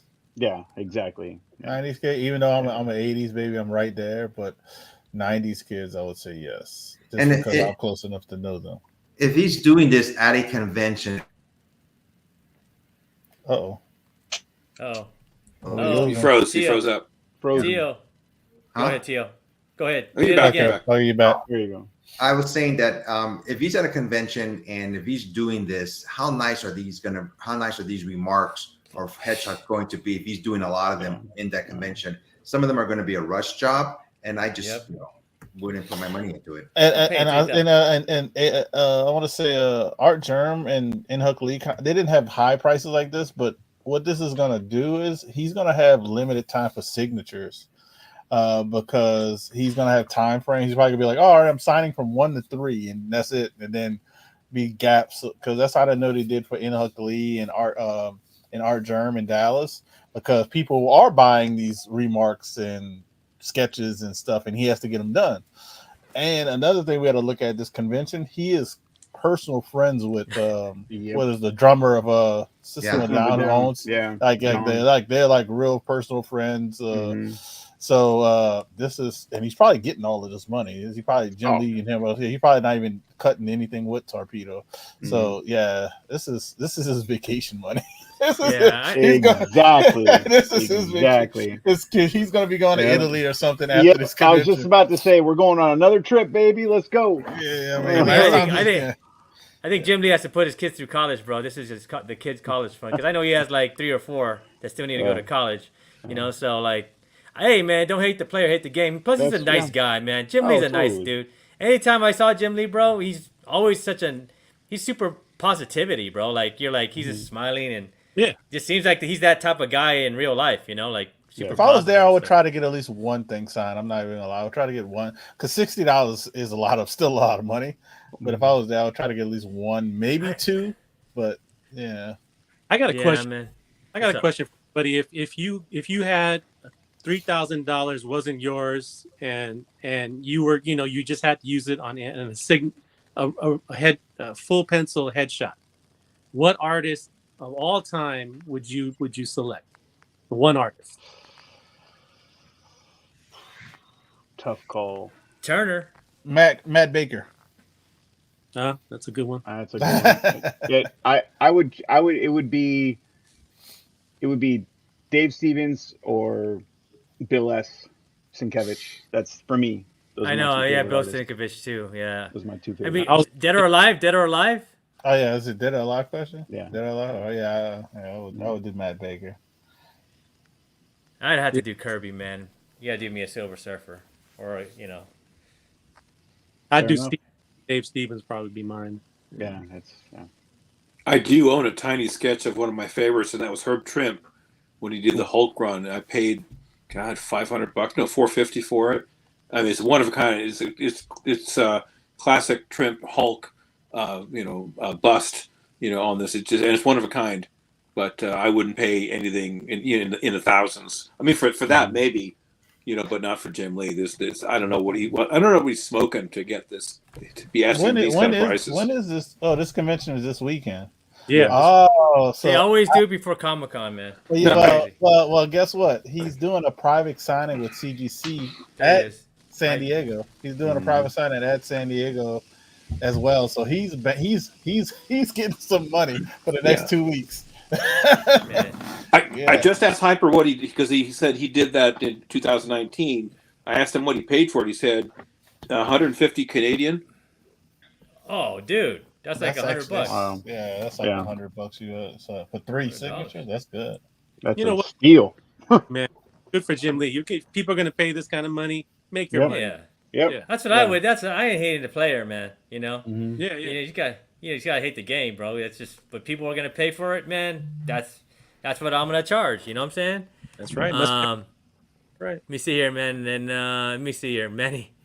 Then Manny said, for 50,000, Jim better paint me a poach. For me and my kid. For me and my kid, bro, with full color, full color, man, full color. Any superhero we want to. We the superheroes. Just put our face on. I know. Yeah. But hey, man, I'm like I said, man, like I have nothing bad to say about Jim Lee. He's always. I mean, can we agree? He's like super nice Absolutely. guy, Yeah, dude. no. Always super nice. what I've He seen. was even nice about like, I don't know. He had a Spawn book or something, and he wouldn't sign it because he's like, I'm not that artist. I was at a signing at Torpedo. He's like, I can't sign it. I'm not the artist that. I only sign books that I'm the artist of. Yeah. And he was really nice to the guy, and the guy was trying to shove it in his face. He's like, no, man, I can't do it. And he didn't lose his cool. I was like, hey, that dude's cool. I would have said, get that shit out of my face, bro. I told you like 10 times already. He was really nice to that guy. So that just kind of proves the point that he is a good character of a dude, So got to give it to him, man. Let me see here, man. Next up, man. So we've been seeing all this all over Instagram, right? Have you seen that, man? So we know like that book's probably gonna spike, right? Again. Again, right? Mhm. Are we Jomoing or we already have it? I mean, all of us probably have it, right? I had but I sold it on the first hype. Because you're smart, bro. You and Hyper, bro. You and Hyper. Look, man. You see Sold it Hyper. on the first hype. You and Hyper, bro. You and Hyper, man. God. Yeah, I want to get it again, but I'm gonna wait till after the movie comes out, and get it again. But because I've said it before in the chat, I was like, I sell stuff and then I buy other stuff that I couldn't get, but I always revert back to stuff that I sold because if I have it in my collection, it's something I wanted. But it's hard to turn down crazy money for books like that. You know what I mean? Yeah. That's all. When people are buying it for $100 and it's like I paid $5 for it. It's hard to do that. Yeah. I mean, this book is definitely going to be in the top 5 of every top 10 comic book show ever. For the next 3 weeks, and then people are gonna forget about it like in November and December. The trailer, and then all of us are gonna buy a bunch of them and make some money. The ketchup and mustard combo. Only a chef, bro. Only a chef. Only a chef. Look at that man. He said, this is going back. Get that shit out of my face, and that should be on a shirt. You know what I'm saying? From Jim Lee. And then let's go back. So Tyrone said Jim Lee is actually my favorite artist, just because X-Men 11 is my all-time favorite cover. Yeah, man. Yeah, I think Jim Lee's up there, man. Top 10 for sure, man. And he's a nice guy too. But moving on from this book, what do you guys think about these books, man? I have one of them. I'm happy. You think they're skyrocketing? Overpriced. That's what I think of them. Overpriced. when you look at the census, overpriced. They've come down in the pandemic though, right? They're not. It's still overpriced. No, they've come down. Yeah, they come down, but they're still overpriced. Because the only reason I know, I had like 10 copies, and they were easy to sell. People were buying them. I had a 7.0 Mark Jewels I sold for like $1,400. Ooh, Nando, you had 2 of what? You had 2 what? 181s, bro? I'm just asking Nando. Sorry, go ahead. No. I was just saying I had a ton of the Hulk 181s, like about at least 7 or 8 of them. Wait a minute. But I've sold so many of them, but they were easy to sell back then. Now they're at a price that nobody. You had a Mark Jewelers 7.0? Yes. And you sold it for how much? Oh. Like $1,400 or something like that. Man, But you're talking about like 7 years ago or something. Oh, pre-bump. Yeah, this is way pre-bump. Exactly. Yeah. I've got a pretty nice 180. I paid a couple $100 for. It needs a serious press and clean, so I'm employing Dustin from Two Brothers Comics. I've reached out to him, but I'm holding on to that for dear life because I can't afford another one. If he does the job I think he's going to do, maybe it's a 6.0 at best. There's no way I can touch that 181. He does a great job. I think he'd be happy there. I'm missing that one too, man. 181. Yeah. Yeah, I'll You never got get it. you got one. I know you got one. Ja, you got Yeah, one. yeah. Shit, Ja got them all, bro. Ja got them all. But look, I mean- look who's in the house, man. Azores is in the house. Hey, What's up, Zora? there he man? is. What's up, man? Azores, we were just talking about Takashi, bro. You missed it, man. I needed your comments on there because of that hype book that's going on. You know, that we Jomo on. But I mean, what would you tell people, man? Like honestly, about these books right now? I mean, would you tell them buy it now or like wait till you know, Wolverine's dead and Deadpool, 3? You know, what would you tell people? Because That's always, what I would I mean, 181's always going to be an expensive book, no matter Yeah, what. You know, it's always going to be like, the book that kind of makes you an OG. You know, but how about 180 and 182, man? Still good buys, probably. I would say get 180 and 182 still good buys. Yeah. Both of those. And if you want to get the trilogy, if that's what you all like, just save up. You can get it. Just know your entry level, your price point, and stick to that, and just stay focused. You can get all of these. But we didn't show any like FF1s, so you can get this book. It might take you 6 months. It might take you a year. It might take you a month, depending on what your job is. But definitely 180 and 182. 82 is you can get that book right now on a high grade for a really good price. But man, I would say get those because those might go up a little bit more before the 81. Okay, the money you were gonna spend on the Jim Lee signings, and there you go. use that money and buy 180. I don't have 180 or 182, but I go, I may get these books. Now I look at them, just to have all three of them, I think would be pretty cool. I mean, okay, I want to ask you guys to panel this too, man. How about 181 incomplete, no stamp? Would you pay for it? No, No. No? Just to have the cover, man. I mean, it would bug me. It would just bug you? Yeah, it would bug me. It would bother me as well, and not just that. It would bother me just because I know everything I look as an investment for my family's future. It's not just for me, but yeah, it would bug me too much. It'd bother me. You got an itch. It's bothering me like that. I used to when I was a kid. When I bought Marvel with the Marvel Value stamps as a kid, and I was just enjoying the books. I used to cut out the stamps from some of my books, and I used to pin them up on my wall because I enjoyed doing it. Do I regret it? No, I was a kid, Yeah. But if it was a Hulk 181, if I would have done it with that book, if I would have bought it, it would have bugged the crap out of me now. Saying what the heck? These lesser books, I go, these are cool little stamps. So I used to cut them out and put them on my wall. It depends on how you look at your collection. Like I pride myself on getting a bunch of comics that are very low grade, but they are in my collection, and I didn't pay that much for them. Yeah, you want them complete, you want them high grade, but sometimes not everyone can afford all that stuff.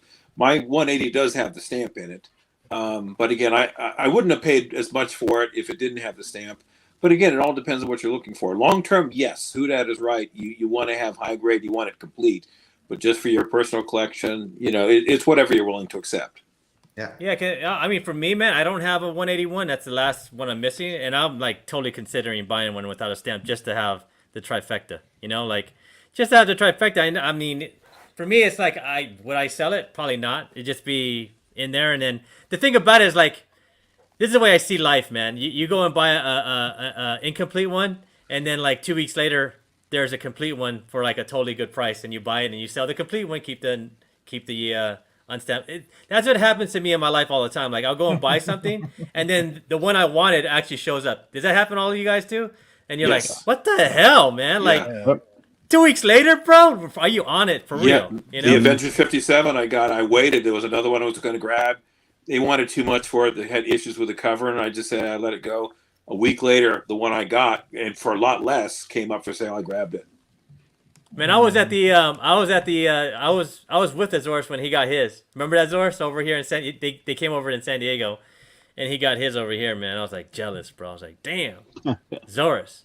All that he put in the work for that one too, man.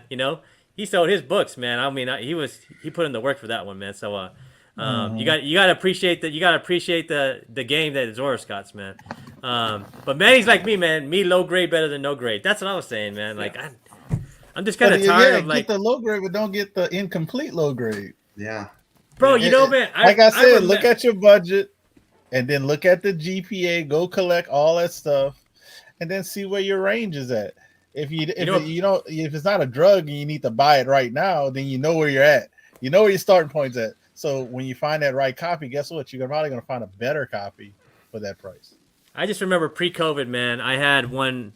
It was ungraded, but I looked at it. It was like a 6065, and the guy wanted $900 for it.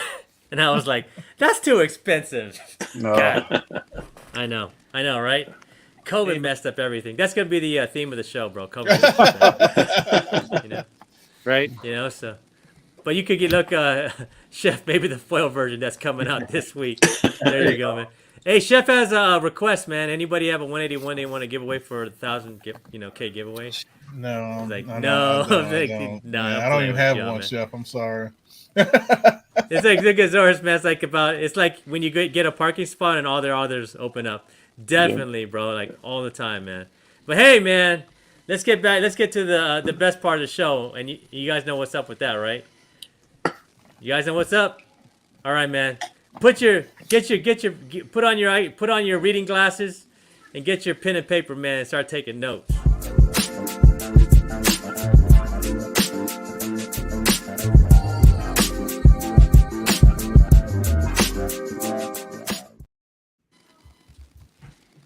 Not me. What's up, Dan? Welcome to John's new segment. Welcome to Comic Book Corner. Thanks for joining us this evening. I'm Dan Delatorre.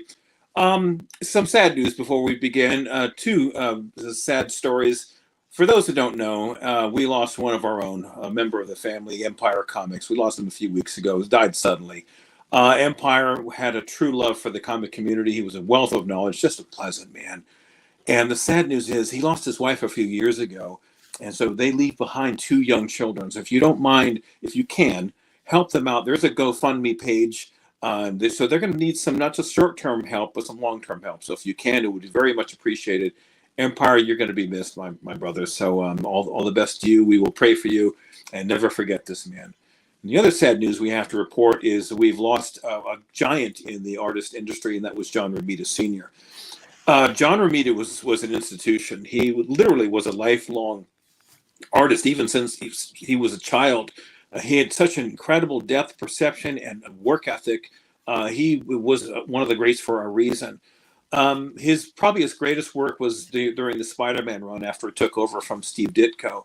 Ditko had his own way of expressing himself artistically, but Romita brought more depth and presence, and he really energized that series like no other. I mean, the artwork stands alone. The best way that we can do is purchase those, remember the artwork that he gave, and again, he had such a way about him. Look at the dynamic of the Rhino, forcing his way, on the streets of New York, fighting Spider-Man. Only Romita had the ability to do what he did. John Romita was, again, beyond an institution. He will be one of the greats. And it's difficult because we who grew up in the 60s and 70s, we're losing our heroes, and we lost one just recently. John Romita Sr. was 91 years old. We respectfully move on to our next segment, and let's do a follow-up story on what we did, a story that we profiled about a year ago. And that was the breaking news of CGC changing the way that it slabbed its comics, the way that it proceeded on its grading, and especially what was on the cover. This was breaking news for this channel and others because we were shocked by what CGC was doing. They basically were cutting corners, in essence, and not reporting or not grading the way they were supposed to. You had to go to their website to find the grader's notes and so forth. It wasn't up front on the cover. And we thought this would harm. I certainly thought this would harm that company. And the puzzle seems to be, I thought that the secondary companies, CBCS, which is a very distant second, PGX and EGS, which is in a distant fourth, would be this would be an opportunity for them to gain some ground. I don't think they really have. And what bothers me the most is that I don't like being, I hate to say dishonest, but there's a dishonest way that CGC was going about their new format.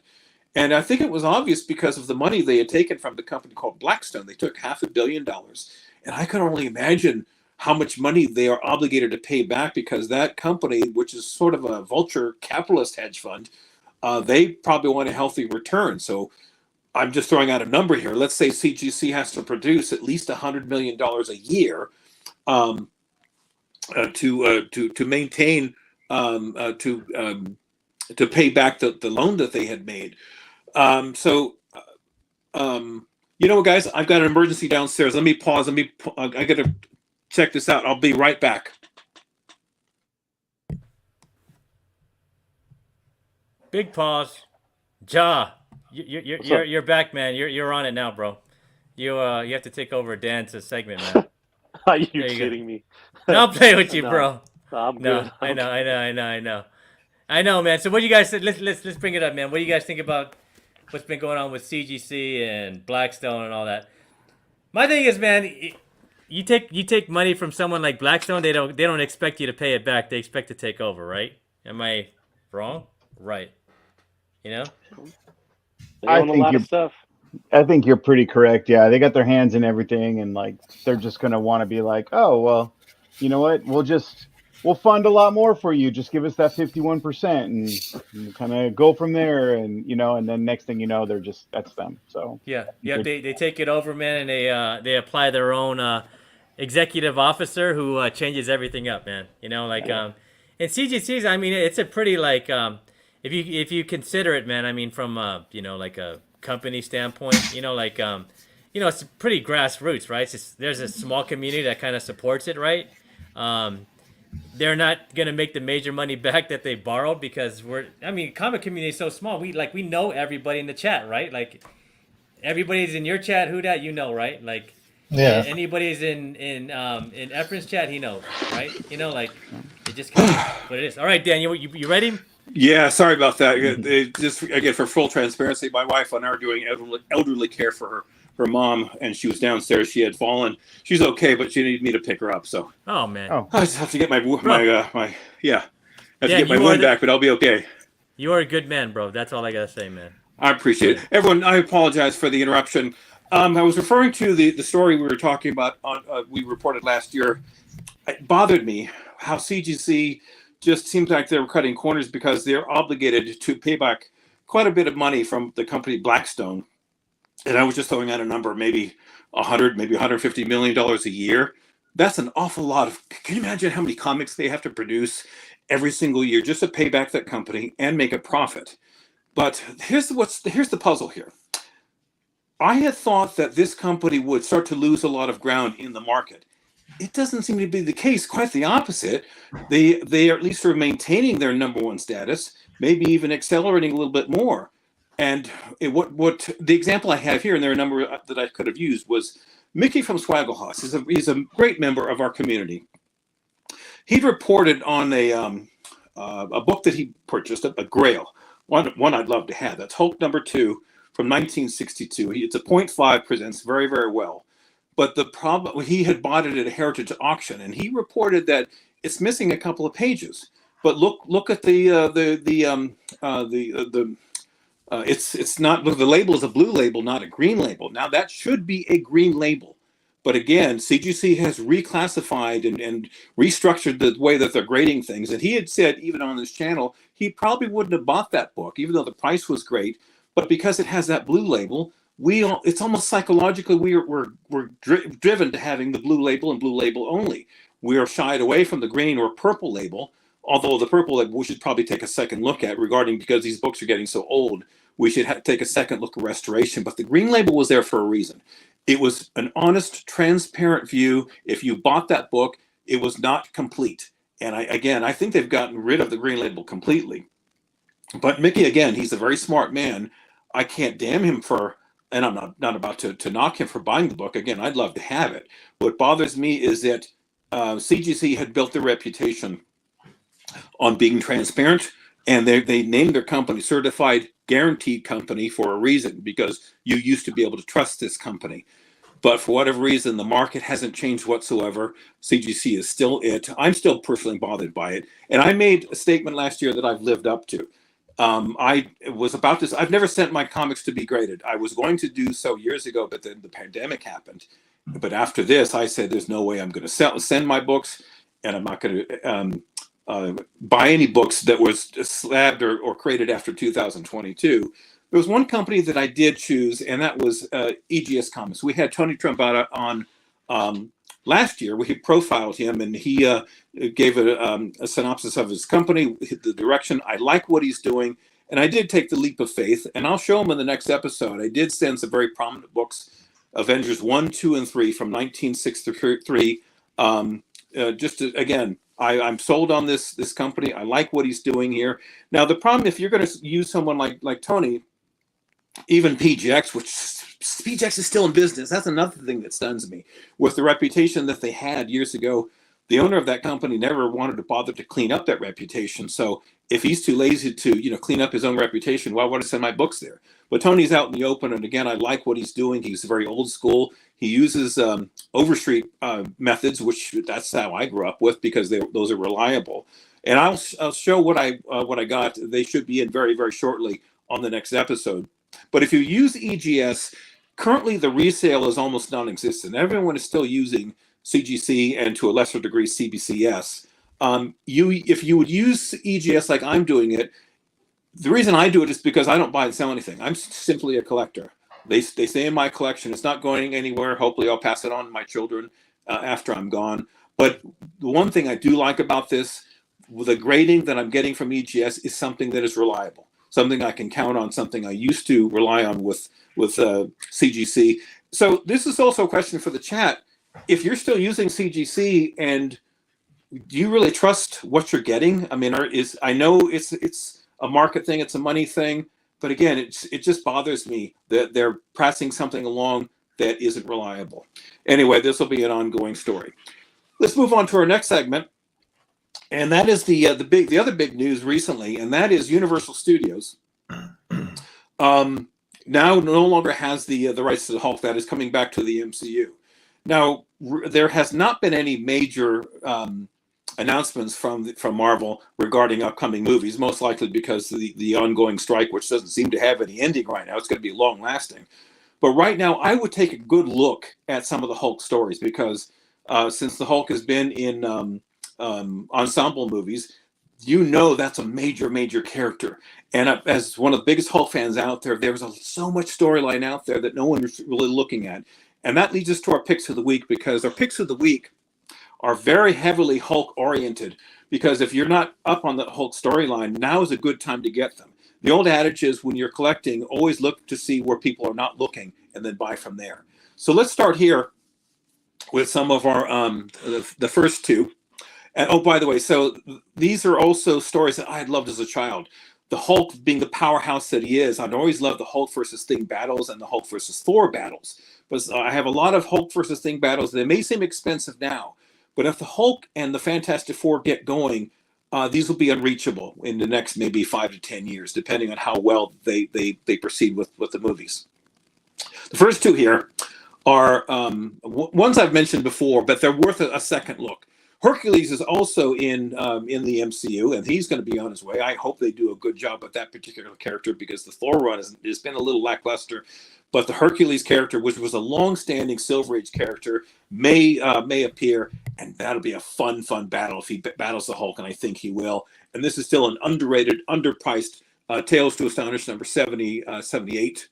78, that's right. I don't know my own writing here. But it's a great story and a great battle if you can get your hands on one. They're not that expensive. To the right is Hulk number 131. Very reasonable. Look at Iron Man in his original armor. This is the first appearance of Jim Wilson. He was a side character. He lasted a while. Meant quite something to the Hulk. And you never know if they bring up a side character. This is his first appearance, and for the most part, fairly affordable. Next we have... what do we have next here? Oh, Fantastic Four numbers 167. This also goes with 166, which we'll see in a while. These are extremely reasonably priced, very plentiful. But these are the ones that you can always get if you go to the into the bins. They're usually $10 to $20. You can get a nice high grade for maybe a couple $100, which I do have a 9/8 of this. but these are underrated, and these are great books from the Bronze Age. I'd get them all you can. I'd stockpile these if I could, because again, they're not that hard to find if you look, but people have been overlooking these for the longest time. Next we have, again, there's the 166. You can't have one without the other. The two dovetail with each other. Now, I know Fantastic Four number 25 is very, very pricey, without question. But again, think long term. If you think they're expensive now, they're going to be very, very expensive in the next 5 to 10 years. And if you have the means, I would get your hands on one or maybe a few of them. I actually have 3 at the moment. And I would get a 4th if I can find one, because again, people are not looking at these right now. But these are classic Jack Kirby stories, Stan Lee and Jack Kirby stories. The odd thing is, look at the comparisons. This is a great comparison. Look how small the Thing looks compared to the Hulk. That's Jack Kirby's idea. The Thing was, I guess, 6 foot or so. Look how big the Thing is compared to the Hulk. It's almost bigger than the Hulk in the Fantastic Four 166 page. So it's kind of fun how the Thing has changed over the years, but you can't go wrong having any one of these in your collection. Let's continue on with the same theme here. Now, this is still an underrated book, Hulk number 122, and it was a Thing versus Hulk battle.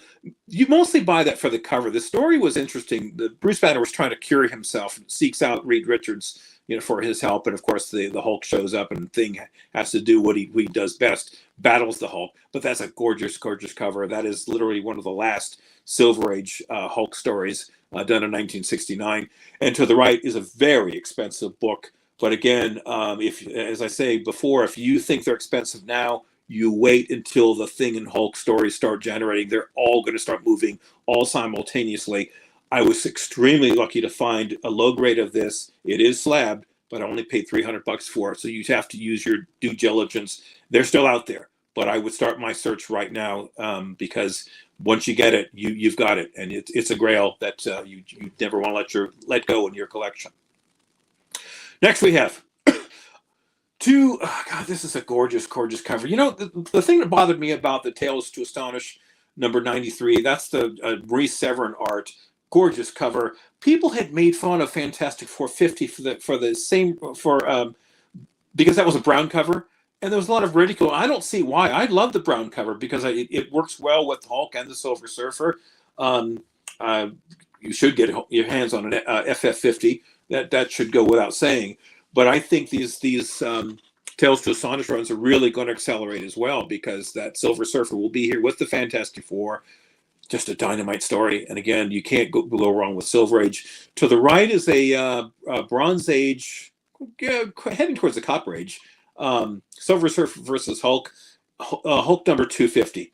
Great, great story. You know what? I shouldn't say anything about it, because if I talk about it, it'll ruin it. Just for the story alone, I'd get some of these. But the artwork, again, they're just stellar on both levels. Next we have... okay, if the Hulk is showing up here, and he is, his love interest is Jarella. And I was hoping Jarella would show up in the Ant-Man movie, because you had, who was it, one of the characters from that run show up. They never referred to it, though. But this is a classic story from Harlan Ellison and Roy Thomas. This is Hulk number 140, first appearance of Jarella, where he goes, the Hulk shrinks down to a world called Kai, and it's a dynamite story. I found a 9.6 white pages of this. You also have to get Avengers 88. The story begins there and then continues in Hulk 140. But if the Hulk is going to appear in the MCU, it's mandatory to get the Jarella story, because that was his love interest. Well, you also, pardon me, I should also throw Betty Ross, but Hulk 1 is a bit pricey because that was her first appearance, but I believe they're going to have to bring Jarella in at some point. That was a dynamite story. Also get Hulks 148 and 156 to go along with the storyline if you're going to get Hulk 140. To the right is Hulk 104. Again, Maurice Severin. Look how gorgeous her art was. Look at the perception, the depth. And with Rhino, and Rhino is a hot character right now, the Hulk's going to be all over the place regarding battles because of his strength, who he is, and the way he handles himself. All the big hitters were after the Hulk, including the Rhino. This is, by the way, an issue that I gained great respect for the Rhino as a character, as a villain. He later became a hero later on. but he shows true heart. I mean, the Rhino's totally outmatched here, even though as strong as he is. But you can't help but feel for this particular character, because you always appreciate someone who never gives up, and the Rhino doesn't in this particular issue, and it's a gorgeous issue to have in anyone's collection. Next. Okay, the other character is the leader. Now, I don't think I put his first appearance. I think that's Tales to Astonish number 63 is his first full appearance. But these leader stories, this is the early Hulk runs from the late 60s. These are going to start moving, because just as Jarella was his love interest, the leader was the Hulk's arch rival. And he was all over the place. He is an interesting character. The two, I don't think it's a stretch to say this. Because again, being the biggest Hulk fan, I knew all the villains were that he had to deal with. The dynamic with the Hulk and the leader is not that far off from Batman and the Joker. I know that may be a stretch to some people, but not to me, because I knew they had deep, rich history together. There was this rivalry like you can't believe. You just have to read the story to understand that. But there were quite a number of these stories, and they were really, really well done. Very underappreciated. I think very affordable. And I would start collecting them as soon as you see them. Again, people are not looking at this. To the right is a very pricey book, Hulk 102. I have a very high grade of this, which I will be sending in phase 2 of my submissions to EGS. I might have this clean. This is very high grade, maybe 992. Extremely expensive book, but worth the storyline, because, again, this is when he begins the story run. People are talking too much, or they have been mentioning, maybe not too much, about the Iron Man run, Iron Man and Submariner 1.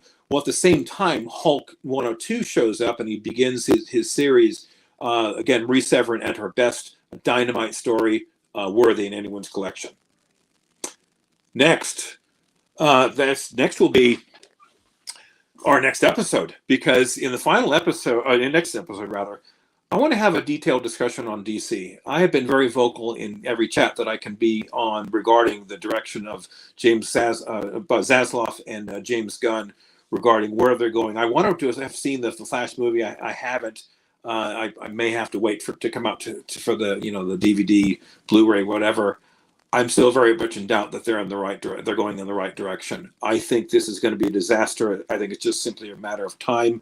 I'm not rooting against them. I never have. The DC characters are as powerful, if not more powerful, than Marvel. They just have the wrong people at helm. And I'd like to explain why I see that and get your input and feedback, because maybe there's something I don't see.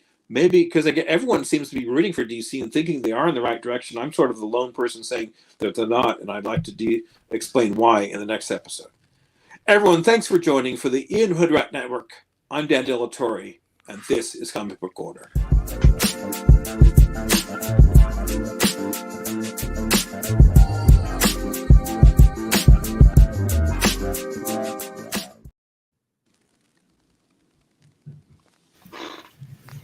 You're muted again. Man. Wow. Dan, I think you're gonna have to wait on the Flash movie. I don't think it's in the theaters anymore. You might as well wait for it. There's one theater not too far from me. I wanted to see it, but I just didn't have time. I've got this is the final week to go see it, but Don't worry about it, Dan. See it on TV.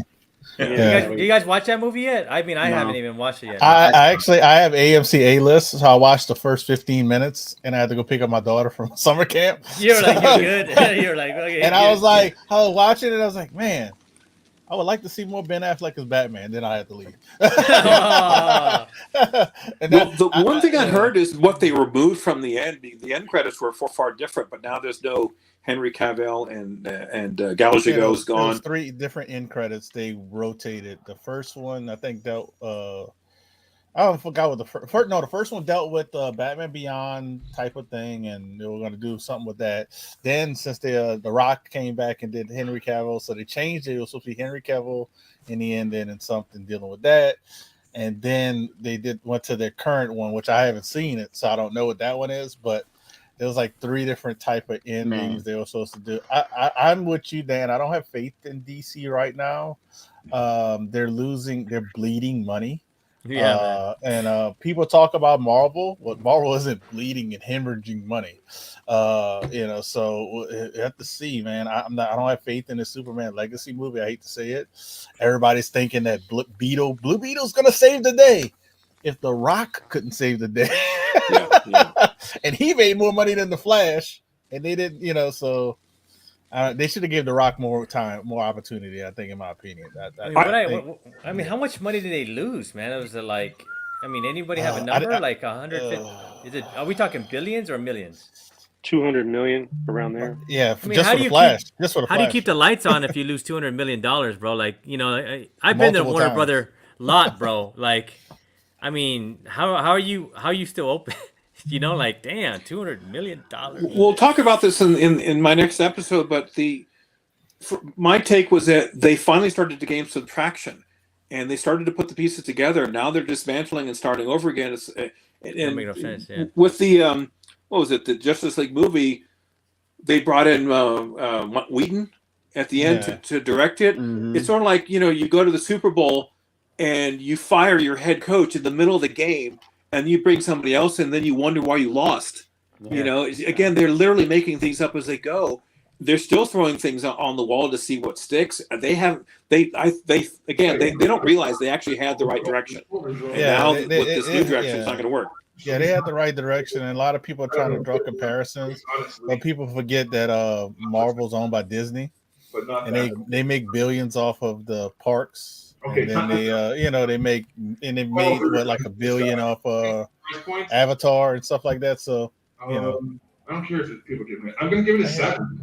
We got a background. Someone feedbacking? I don't have anything Okay, we're going. good. Okay, We're good. yeah. But yeah, Check this out, man. It's two different things. But I'm with you, Dan. I think they should have kept. They got to stay focused, and they didn't stay focused. Right. They're all over the place, and we're gonna have 2 or 3 Batmans look like. So I mean, but they're already in. What bothers me? Well, not bothers me, but they're already in debt. They haven't made any money. Are they going to go deeper into debt to borrow to go in this new direction? They got to get. Yeah, so I'm saying somewhere. They pulled themselves into debt in the jump during COVID. If people remember, they said all their movies were going to digital streaming. That already put them behind the 8 ball. Then they had to, we got to pay people who did Wonder Woman. We got to pay those people because they were supposed to get a percentage on a movie, theatrical release. So they cut them checks. Dune movie, they tried to screw over Dune, which actually was a good movie, a really good movie that they should have shot back to back, but trying to save money, but they put it on streaming. They lost more money that way. They've been losing money for a while now, making these decisions, and I want them to be focused, in the future, but I don't know if they're going to be. They still have 2 people kind of in charge. It's not just James Gunn's people think it's 2. They have 2 people. So it's and then they still have to go to, like you say, Zav. So it's still a lot of hands on the pot. And I think that's what happened with Marvel in the last couple of years, if people realize that. When the old CEO was over there doing his thing, and now they had to get that under reins because he was doing all kind of stuff, and you can't have all those hands in the pot when you're cooking. Russell, do you know offhand if they had threatened to destroy the Batgirl movie? Do you know if that was done or not? They didn't destroy it, but they're never going to see the light of day. That's what they promised. I mean, after Flash, probably not. Yeah. They said it was never going to see the light of day. It was a terrible movie, blah, blah, blah, all kind of stuff. But it was so bad of a movie that the current regime still wanted the girl who played Batgirl to be Batgirl in the future. That's how bad it was, they still claim. So that didn't make any sense. And she turned them down because she's like, hold on, you had me work for so many months on a movie, blood, sweat, and tears. Then you say you're not going to release it. I'm happy I got paid, but then you got to call me back and say, hey, we still want you to be Batgirl. And she's like, no. She told him straight up no. She was a classy lady, handled it with distinction. She should have told him to F off and say never call me again. She could have did that, but she was classy about it, and she just told him no. I'm fine. I'll find something else. and I'm hoping Marvel or anybody else will pick her up because she's how she handled that whole situation. That's the kind of person you want on your team. Let me ask all of you the big question: do you think DC is going to go under? I I mean, not in the short term, but not No. too long. Maybe 5 years from now. As long as you got No, Batman, you're not going under. Yeah, Yeah. I think that's the biggest. Yep. They'll have 50 different Batman titles come out. I'll It'll be all good. I'll say this: if they push back Batman again, which they already pushed it back, we got to remember they just pushed back that Batman movie, that Matt Reeves Batman. But it's like 2027 or something. Well, I don't even know when it's supposed to come out now. The last Batman movie was good, man. It was good. I liked it. That Matt I liked it. Reeves. That No, was I'm saying good. that's what That I'm was talking about. good. Matt Reeves Yeah. thing was good, but the problem is they pushed it back, and then you have somebody who they cast as Batman who's not really interested in Batman. If you've heard his interviews and talking about it, he doesn't like you guys are martial arts and workout. He doesn't want to work out for this role. That's what I heard. Yeah, I heard He doesn't care. He doesn't. To me, if you don't want to do the things for the role, you don't care. Yeah. So I don't know what's going to happen if they push it back because of how he's acting, and then you have another bomb which is in Blue Beetle. You have another bomb that's Superman Legacy because I really don't want to see another Superman movie. That's just me. If it's not Henry Cavill, I don't want to see it. It's but so I don't know what's going to happen. They might not go under, but they're going to be doing what they're doing recently, selling off certain things to make some money. But you know what's funny, man, is like you have 5 comic guys that haven't seen it, the Flash movie. Because I want to ask, like, how was Supergirl? Because I thought Supergirl would be dope. Like the best part. I could tell you the first 15 minutes was good. I enjoyed the first 15 minutes Okay. with Ben Affleck, and then Wonder Woman showed up, and I enjoyed the first like 15 minutes. The CGI was kind of not good. That was true, which you noticed that in the very beginning. So for a movie that was took 5 years to be made, you would think it would be a little bit better. But the first 15 minutes I enjoyed. It wasn't a great 15 minutes, but it wasn't a terrible 15 minutes. Indiana Jones was better. What's up, Pep? Sorry, man. I just saw you. I was like, "Where's Efren?" Sorry, where's guys. that? I looked up here, like, "Where's Efren?" Ian, my daughter called me and sorry about, but she says hi, primo. So. Hey, tell her hi, prima. Yeah, that's my cousin, man. That's I gotta, Is she gonna come to Comic-Con with us? She'll be there. Yeah. Oh heck yeah, bro! We got the familia together, man. Yeah. Talking about Comic-Con. Let's bring this up, man. Let me see here. All right, guys. There you go, Efren, man.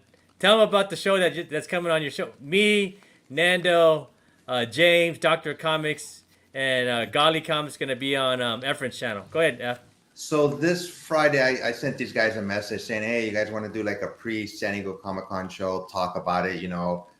What to do at Comic-Con, what to bring. Our thoughts on Comic-Con this year. In Hall H, it's going to not be as exciting as it was in the past because Marvel's not going to be there for one.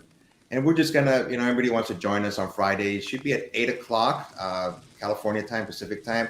We're just gonna go over what to do at Comic-Con, what to bring, what not to bring, and just our moments of Comic-Con, and just have a good time talking about it. It should only be about an hour and a half. Just gonna go over the con and what we hopefully, what will happen, and have a good time. Cool. Man, I still gotta do my homework, bro. I haven't even looked at anything. Have you looked at anything in any of the panel besides our panel? Yeah, no, not that, but I haven't even looked at anything. We are doing a panel, as you mentioned, on Friday at 4 p.m. We're going to be doing another panel. I got it right here, man. I sent in a request for Comic-Con and they accepted it, so we're going to do another panel on. But this one's going to be on Friday, and it's from 4 to 5 p.m. and it's going to be the same people we did as last year. So it was a good hour last year. So just going to do it again. Mm-hmm. Yeah, it's gonna be fun, man. So if you guys are at Comic-Con, remember Friday at 4:00 at the library. The library's over the what do they call that little bridge? That bridge that goes over to Petco. You go over that bridge and you go straight, and it's on your left side. Yeah. Yeah, it's right. I don't know, but you just go over that bridge. Yeah. You walk up a block and it's on your left side of the library, and that's where we're gonna be at, man. Yeah. One of the questions I'm going to have for you guys, since you're going and I'm not, that with all the cancellations from Marvel and all that, is there going to be a much smaller crowd that goes to this thing this year? I Man, don't I think hope so. so. It's sold out. Hmm. You know, Yeah. and Yeah. they sold out beforehand. But who? You know, we don't know. That's a good question. You know, since a lot of people go for Hall H. I mean, they camp out days. You know, the whole But 9 yards. People are live they for gonna man, are they people gonna have a Hall H now? Are they gonna They're have going a to have Hall a H? Hall can H. walk They're in. still going to have it, but what they're going to have, you know, won't be as Yeah. what it was. You know, Saturday's a big day at Hall H. Everybody wants to go to that. I would love to see like I know I've seen I think Hoodrat did the video before with the line. I would love to see that and kind of get y'all perspective on that this year with everybody, all the major people canceling, and see if they. I would love to know if they have a super crazy line or is it like a little small line of the hardcore people who always do it. You know, like because I'm very curious to see how that turns out because I mean, yeah. I can't imagine it being People- that long. You know. No, I don't need to see either, man. It's just, I mean, people. I'm part of like 3 different chats, man. There's people live for the Hall H line all year. I Yeah. mean, right, Pat. There's like groups people dedicated to it. So Yeah. I think the hardcore people are gonna be there, but it's just gonna be the hardcore people. It's not gonna be the normies. Just one con a year. Don't read comics. What- Just want to see what they celeb people. Yeah, You know? what they should do, and have done at other conventions, is instead of waiting in line, just Comic Con, their website, they have panels or certain things you can choose, and it's like a raffle, and they pick you to do it. Like get a signature, get an exclusive, like for Funko. If you get chosen, be here at this time. If they want it, because those lines, you have to basically sleep or stay there for over Bro, 24 for real. hours. And instead of doing that, just give out a ticket. Hey, you got chosen to go to Hall H on Saturday. Here it is. You don't have to wait in line overnight. Just walk in, once it opens up, and Efren, you're talking like we're in 2023. I always say stuff like that at work. You're talking about like we're in present day. But man, I think the Comic Con people love those lines, because it brings the media attention and it brings a hype train for San Diego Comic Con. Like you gotta wait in lines to go in a hall to watch a panel. Like that must be so cool. Like when you're rolling by a club and there's 100 people out hanging out on the side and there's a red carpet and they're all waiting to get in, right? That's the hype train, man. But there ain't gonna be no hype for these, man. These are gonna be like let the hardcores go in first and then walk in and then sit in mid back and just chill. Get some air conditioning. Marvel released their San Diego stuff today anyway with the Wolverine and Deadpool. So yeah. They're like, here's our stuff that we were gonna do, But everybody's doing their own thing. So San Diego is gonna be that Hall H. I think is gonna be not as stellar as it used to be. D23 and DC. Everybody's doing their own thing now. So they want you to come there. There's a golden age for everything, and the golden age it was ended last year. I think to me, what do you think, Efren, for San Diego Comic Con for like the Hollywood stuff? Yeah, I mean it just won't have the same vibe. I mean I can already tell you, and I not pre-COVID, man. Yeah, pre-COVID is so fun, man. It was like, dude, you knew they were gonna be there all the time, bro. You knew like George Lucas and the Lucasfilms was gonna bring it, Marvel was gonna bring it, DC was gonna bring it. Yeah. Now they're like they have their own things, man. They got their own online cons, and Disney got their own thing going, and I'm glad I experienced it in the past. Yes, I too. did sleep on concrete one year. I did that, Wow. And it wasn't worth it. Yes, I did it too, man. It was worth it, bro. I went to that it was worth it. Star Wars. I don't do it anymore. Passpoint is too old to do that now. Man, I slept outside with a sleeping bag. Yeah. Like in the marina. Back there for the Star Wars one where we walked out. Into that was a blast. That was the best, man. That was totally worth it, bro. Yeah. Sleeping on the concrete for that stuff, it was totally worth it, man. Yeah. I wouldn't take it back. And Efren has a picture for it, for the show. So make sure to get everybody to tune into that, man. But hey, guys, man, thank you for hanging out to the panel and to the 10 people in the chat, man. I think we were up to like 13 or 14, man. We really appreciate you. But before we go, man, let me holler at people. Where can they find you, Dan? I'll be on the hunt this Friday, not facing Hoodratville. If he runs, I'll roll out of the ring immediately. Just when we're done. Yeah. And then Spine Ticks on Saturday. I'm sort of a mainstay. I consider myself the unofficial ambassador. And then with Ephraim, when's our next show? It's going to be sometime in August. We haven't set an exact date. Probably look for the first week of August. Okay, cool. Yep. And I'm just in everybody's chat, so because I don't. There's thing about it, guys. There's nothing on television. I watch all YouTube channels. That's why I'm on those chats all the time. Bro, I haven't paid for like the no commercial YouTube. I watch YouTube so much. Like the 15. Yeah, I'm like, YouTube's worth that, man. But Ian, I love being back here. Thank you so much, and I apologize for the for the interruption. But again, family comes first. I had to deal. Hey with the man, situation no, bro. That's what live shows are all about, bro. Like we'll always remember that, man. And Hoodratville, man, bro, you're on 5 times a week, bro. Tell them where. Actually, this week I kind of am. That's just not normal. This is not normal for real. Me and Boston Chris are gonna do our show, graphic content Wednesday, 7 Central. So that's my time. So that's at 8 Eastern. So you can find out your time. So that basically probably talking about similar stuff we talked about today, and maybe I'll probably dwell into my CGC experience that I've been having the last few days, which has been pleasant with the customer service, but I'll go in depth with that maybe Wednesday. Thursday, I'm on Gary B's channel. I'll be on there for the Gary B's channel doing 10-1-1. It's like 10. I think you choose like 10 comics, and then a one comic that means a lot to you, and then one spec comic, if I'm saying that correctly. So I'll be on that Thursday on Gary B's channel, and then Friday is the hunt, where actually we finally have a match. Me and Tony Sanders finally have a match for the tag team belts. So if you are watching, please come on the hunt. Check out Tony Sanders' channel. I could use your votes. I'm going to do like the newcomers do and try to beg for votes. But look, I have some really good books for that match. So I haven't shown anybody but Tony Sanders. And actually, I deleted the pictures after I showed him, so he might not remember. But I got some really big, good books, not expected to get. So if you want to see though what I got, please tune into the channel and check it out, man. I'm very proud of where my collection has been heading in the last 10 months since we've done this show. So so just come check it out, man. It'll be a lot of fun. And guess what? Like we always say, the hunt is only an ass whooping. So that's all it is. It's had a lot of fun. It is, bro. We have a lot of fun. That's all that matters. All right, man. Job, where can they find you, bro? I'm just on IG, so I'm a comic book crackhead, and we're gonna find you at Comic-Con too, bro. We're gonna be kicking it. Yeah. I'm just going for one day this year. I can only make it for one day, so I'll be there for one day, and and then I'll be on here like in like 11 months when you have another show. No, we'll do it monthly, man. We'll do it monthly, bro.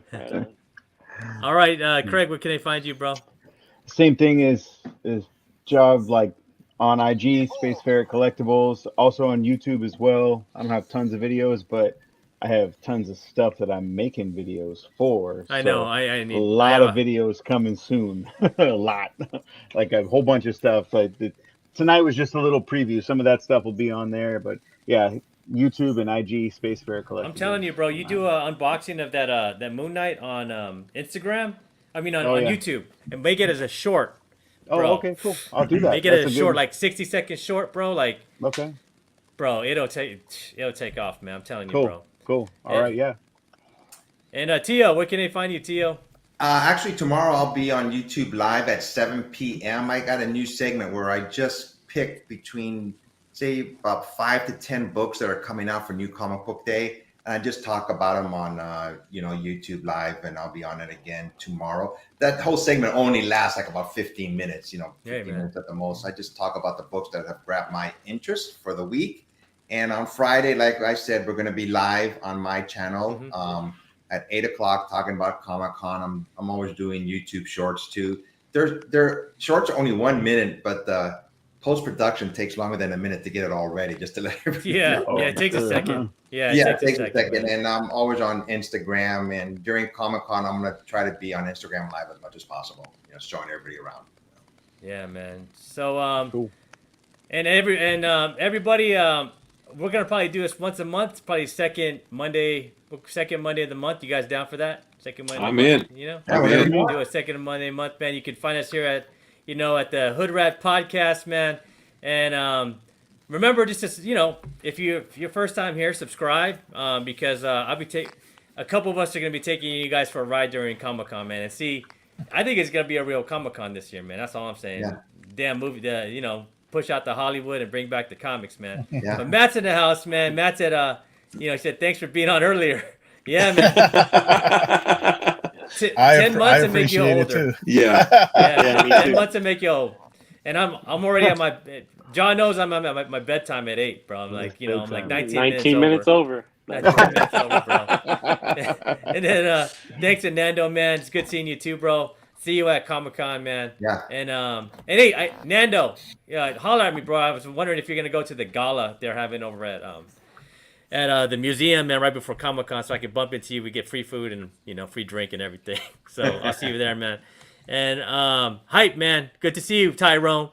Well, we gotta bring Tyrone back on, man. Tyrone and Black. I want Tyrone and Black on the show, like maybe next time. What do you guys think, man? Yeah. Yeah. Let's Be dope. get Black and Tyrone on, man.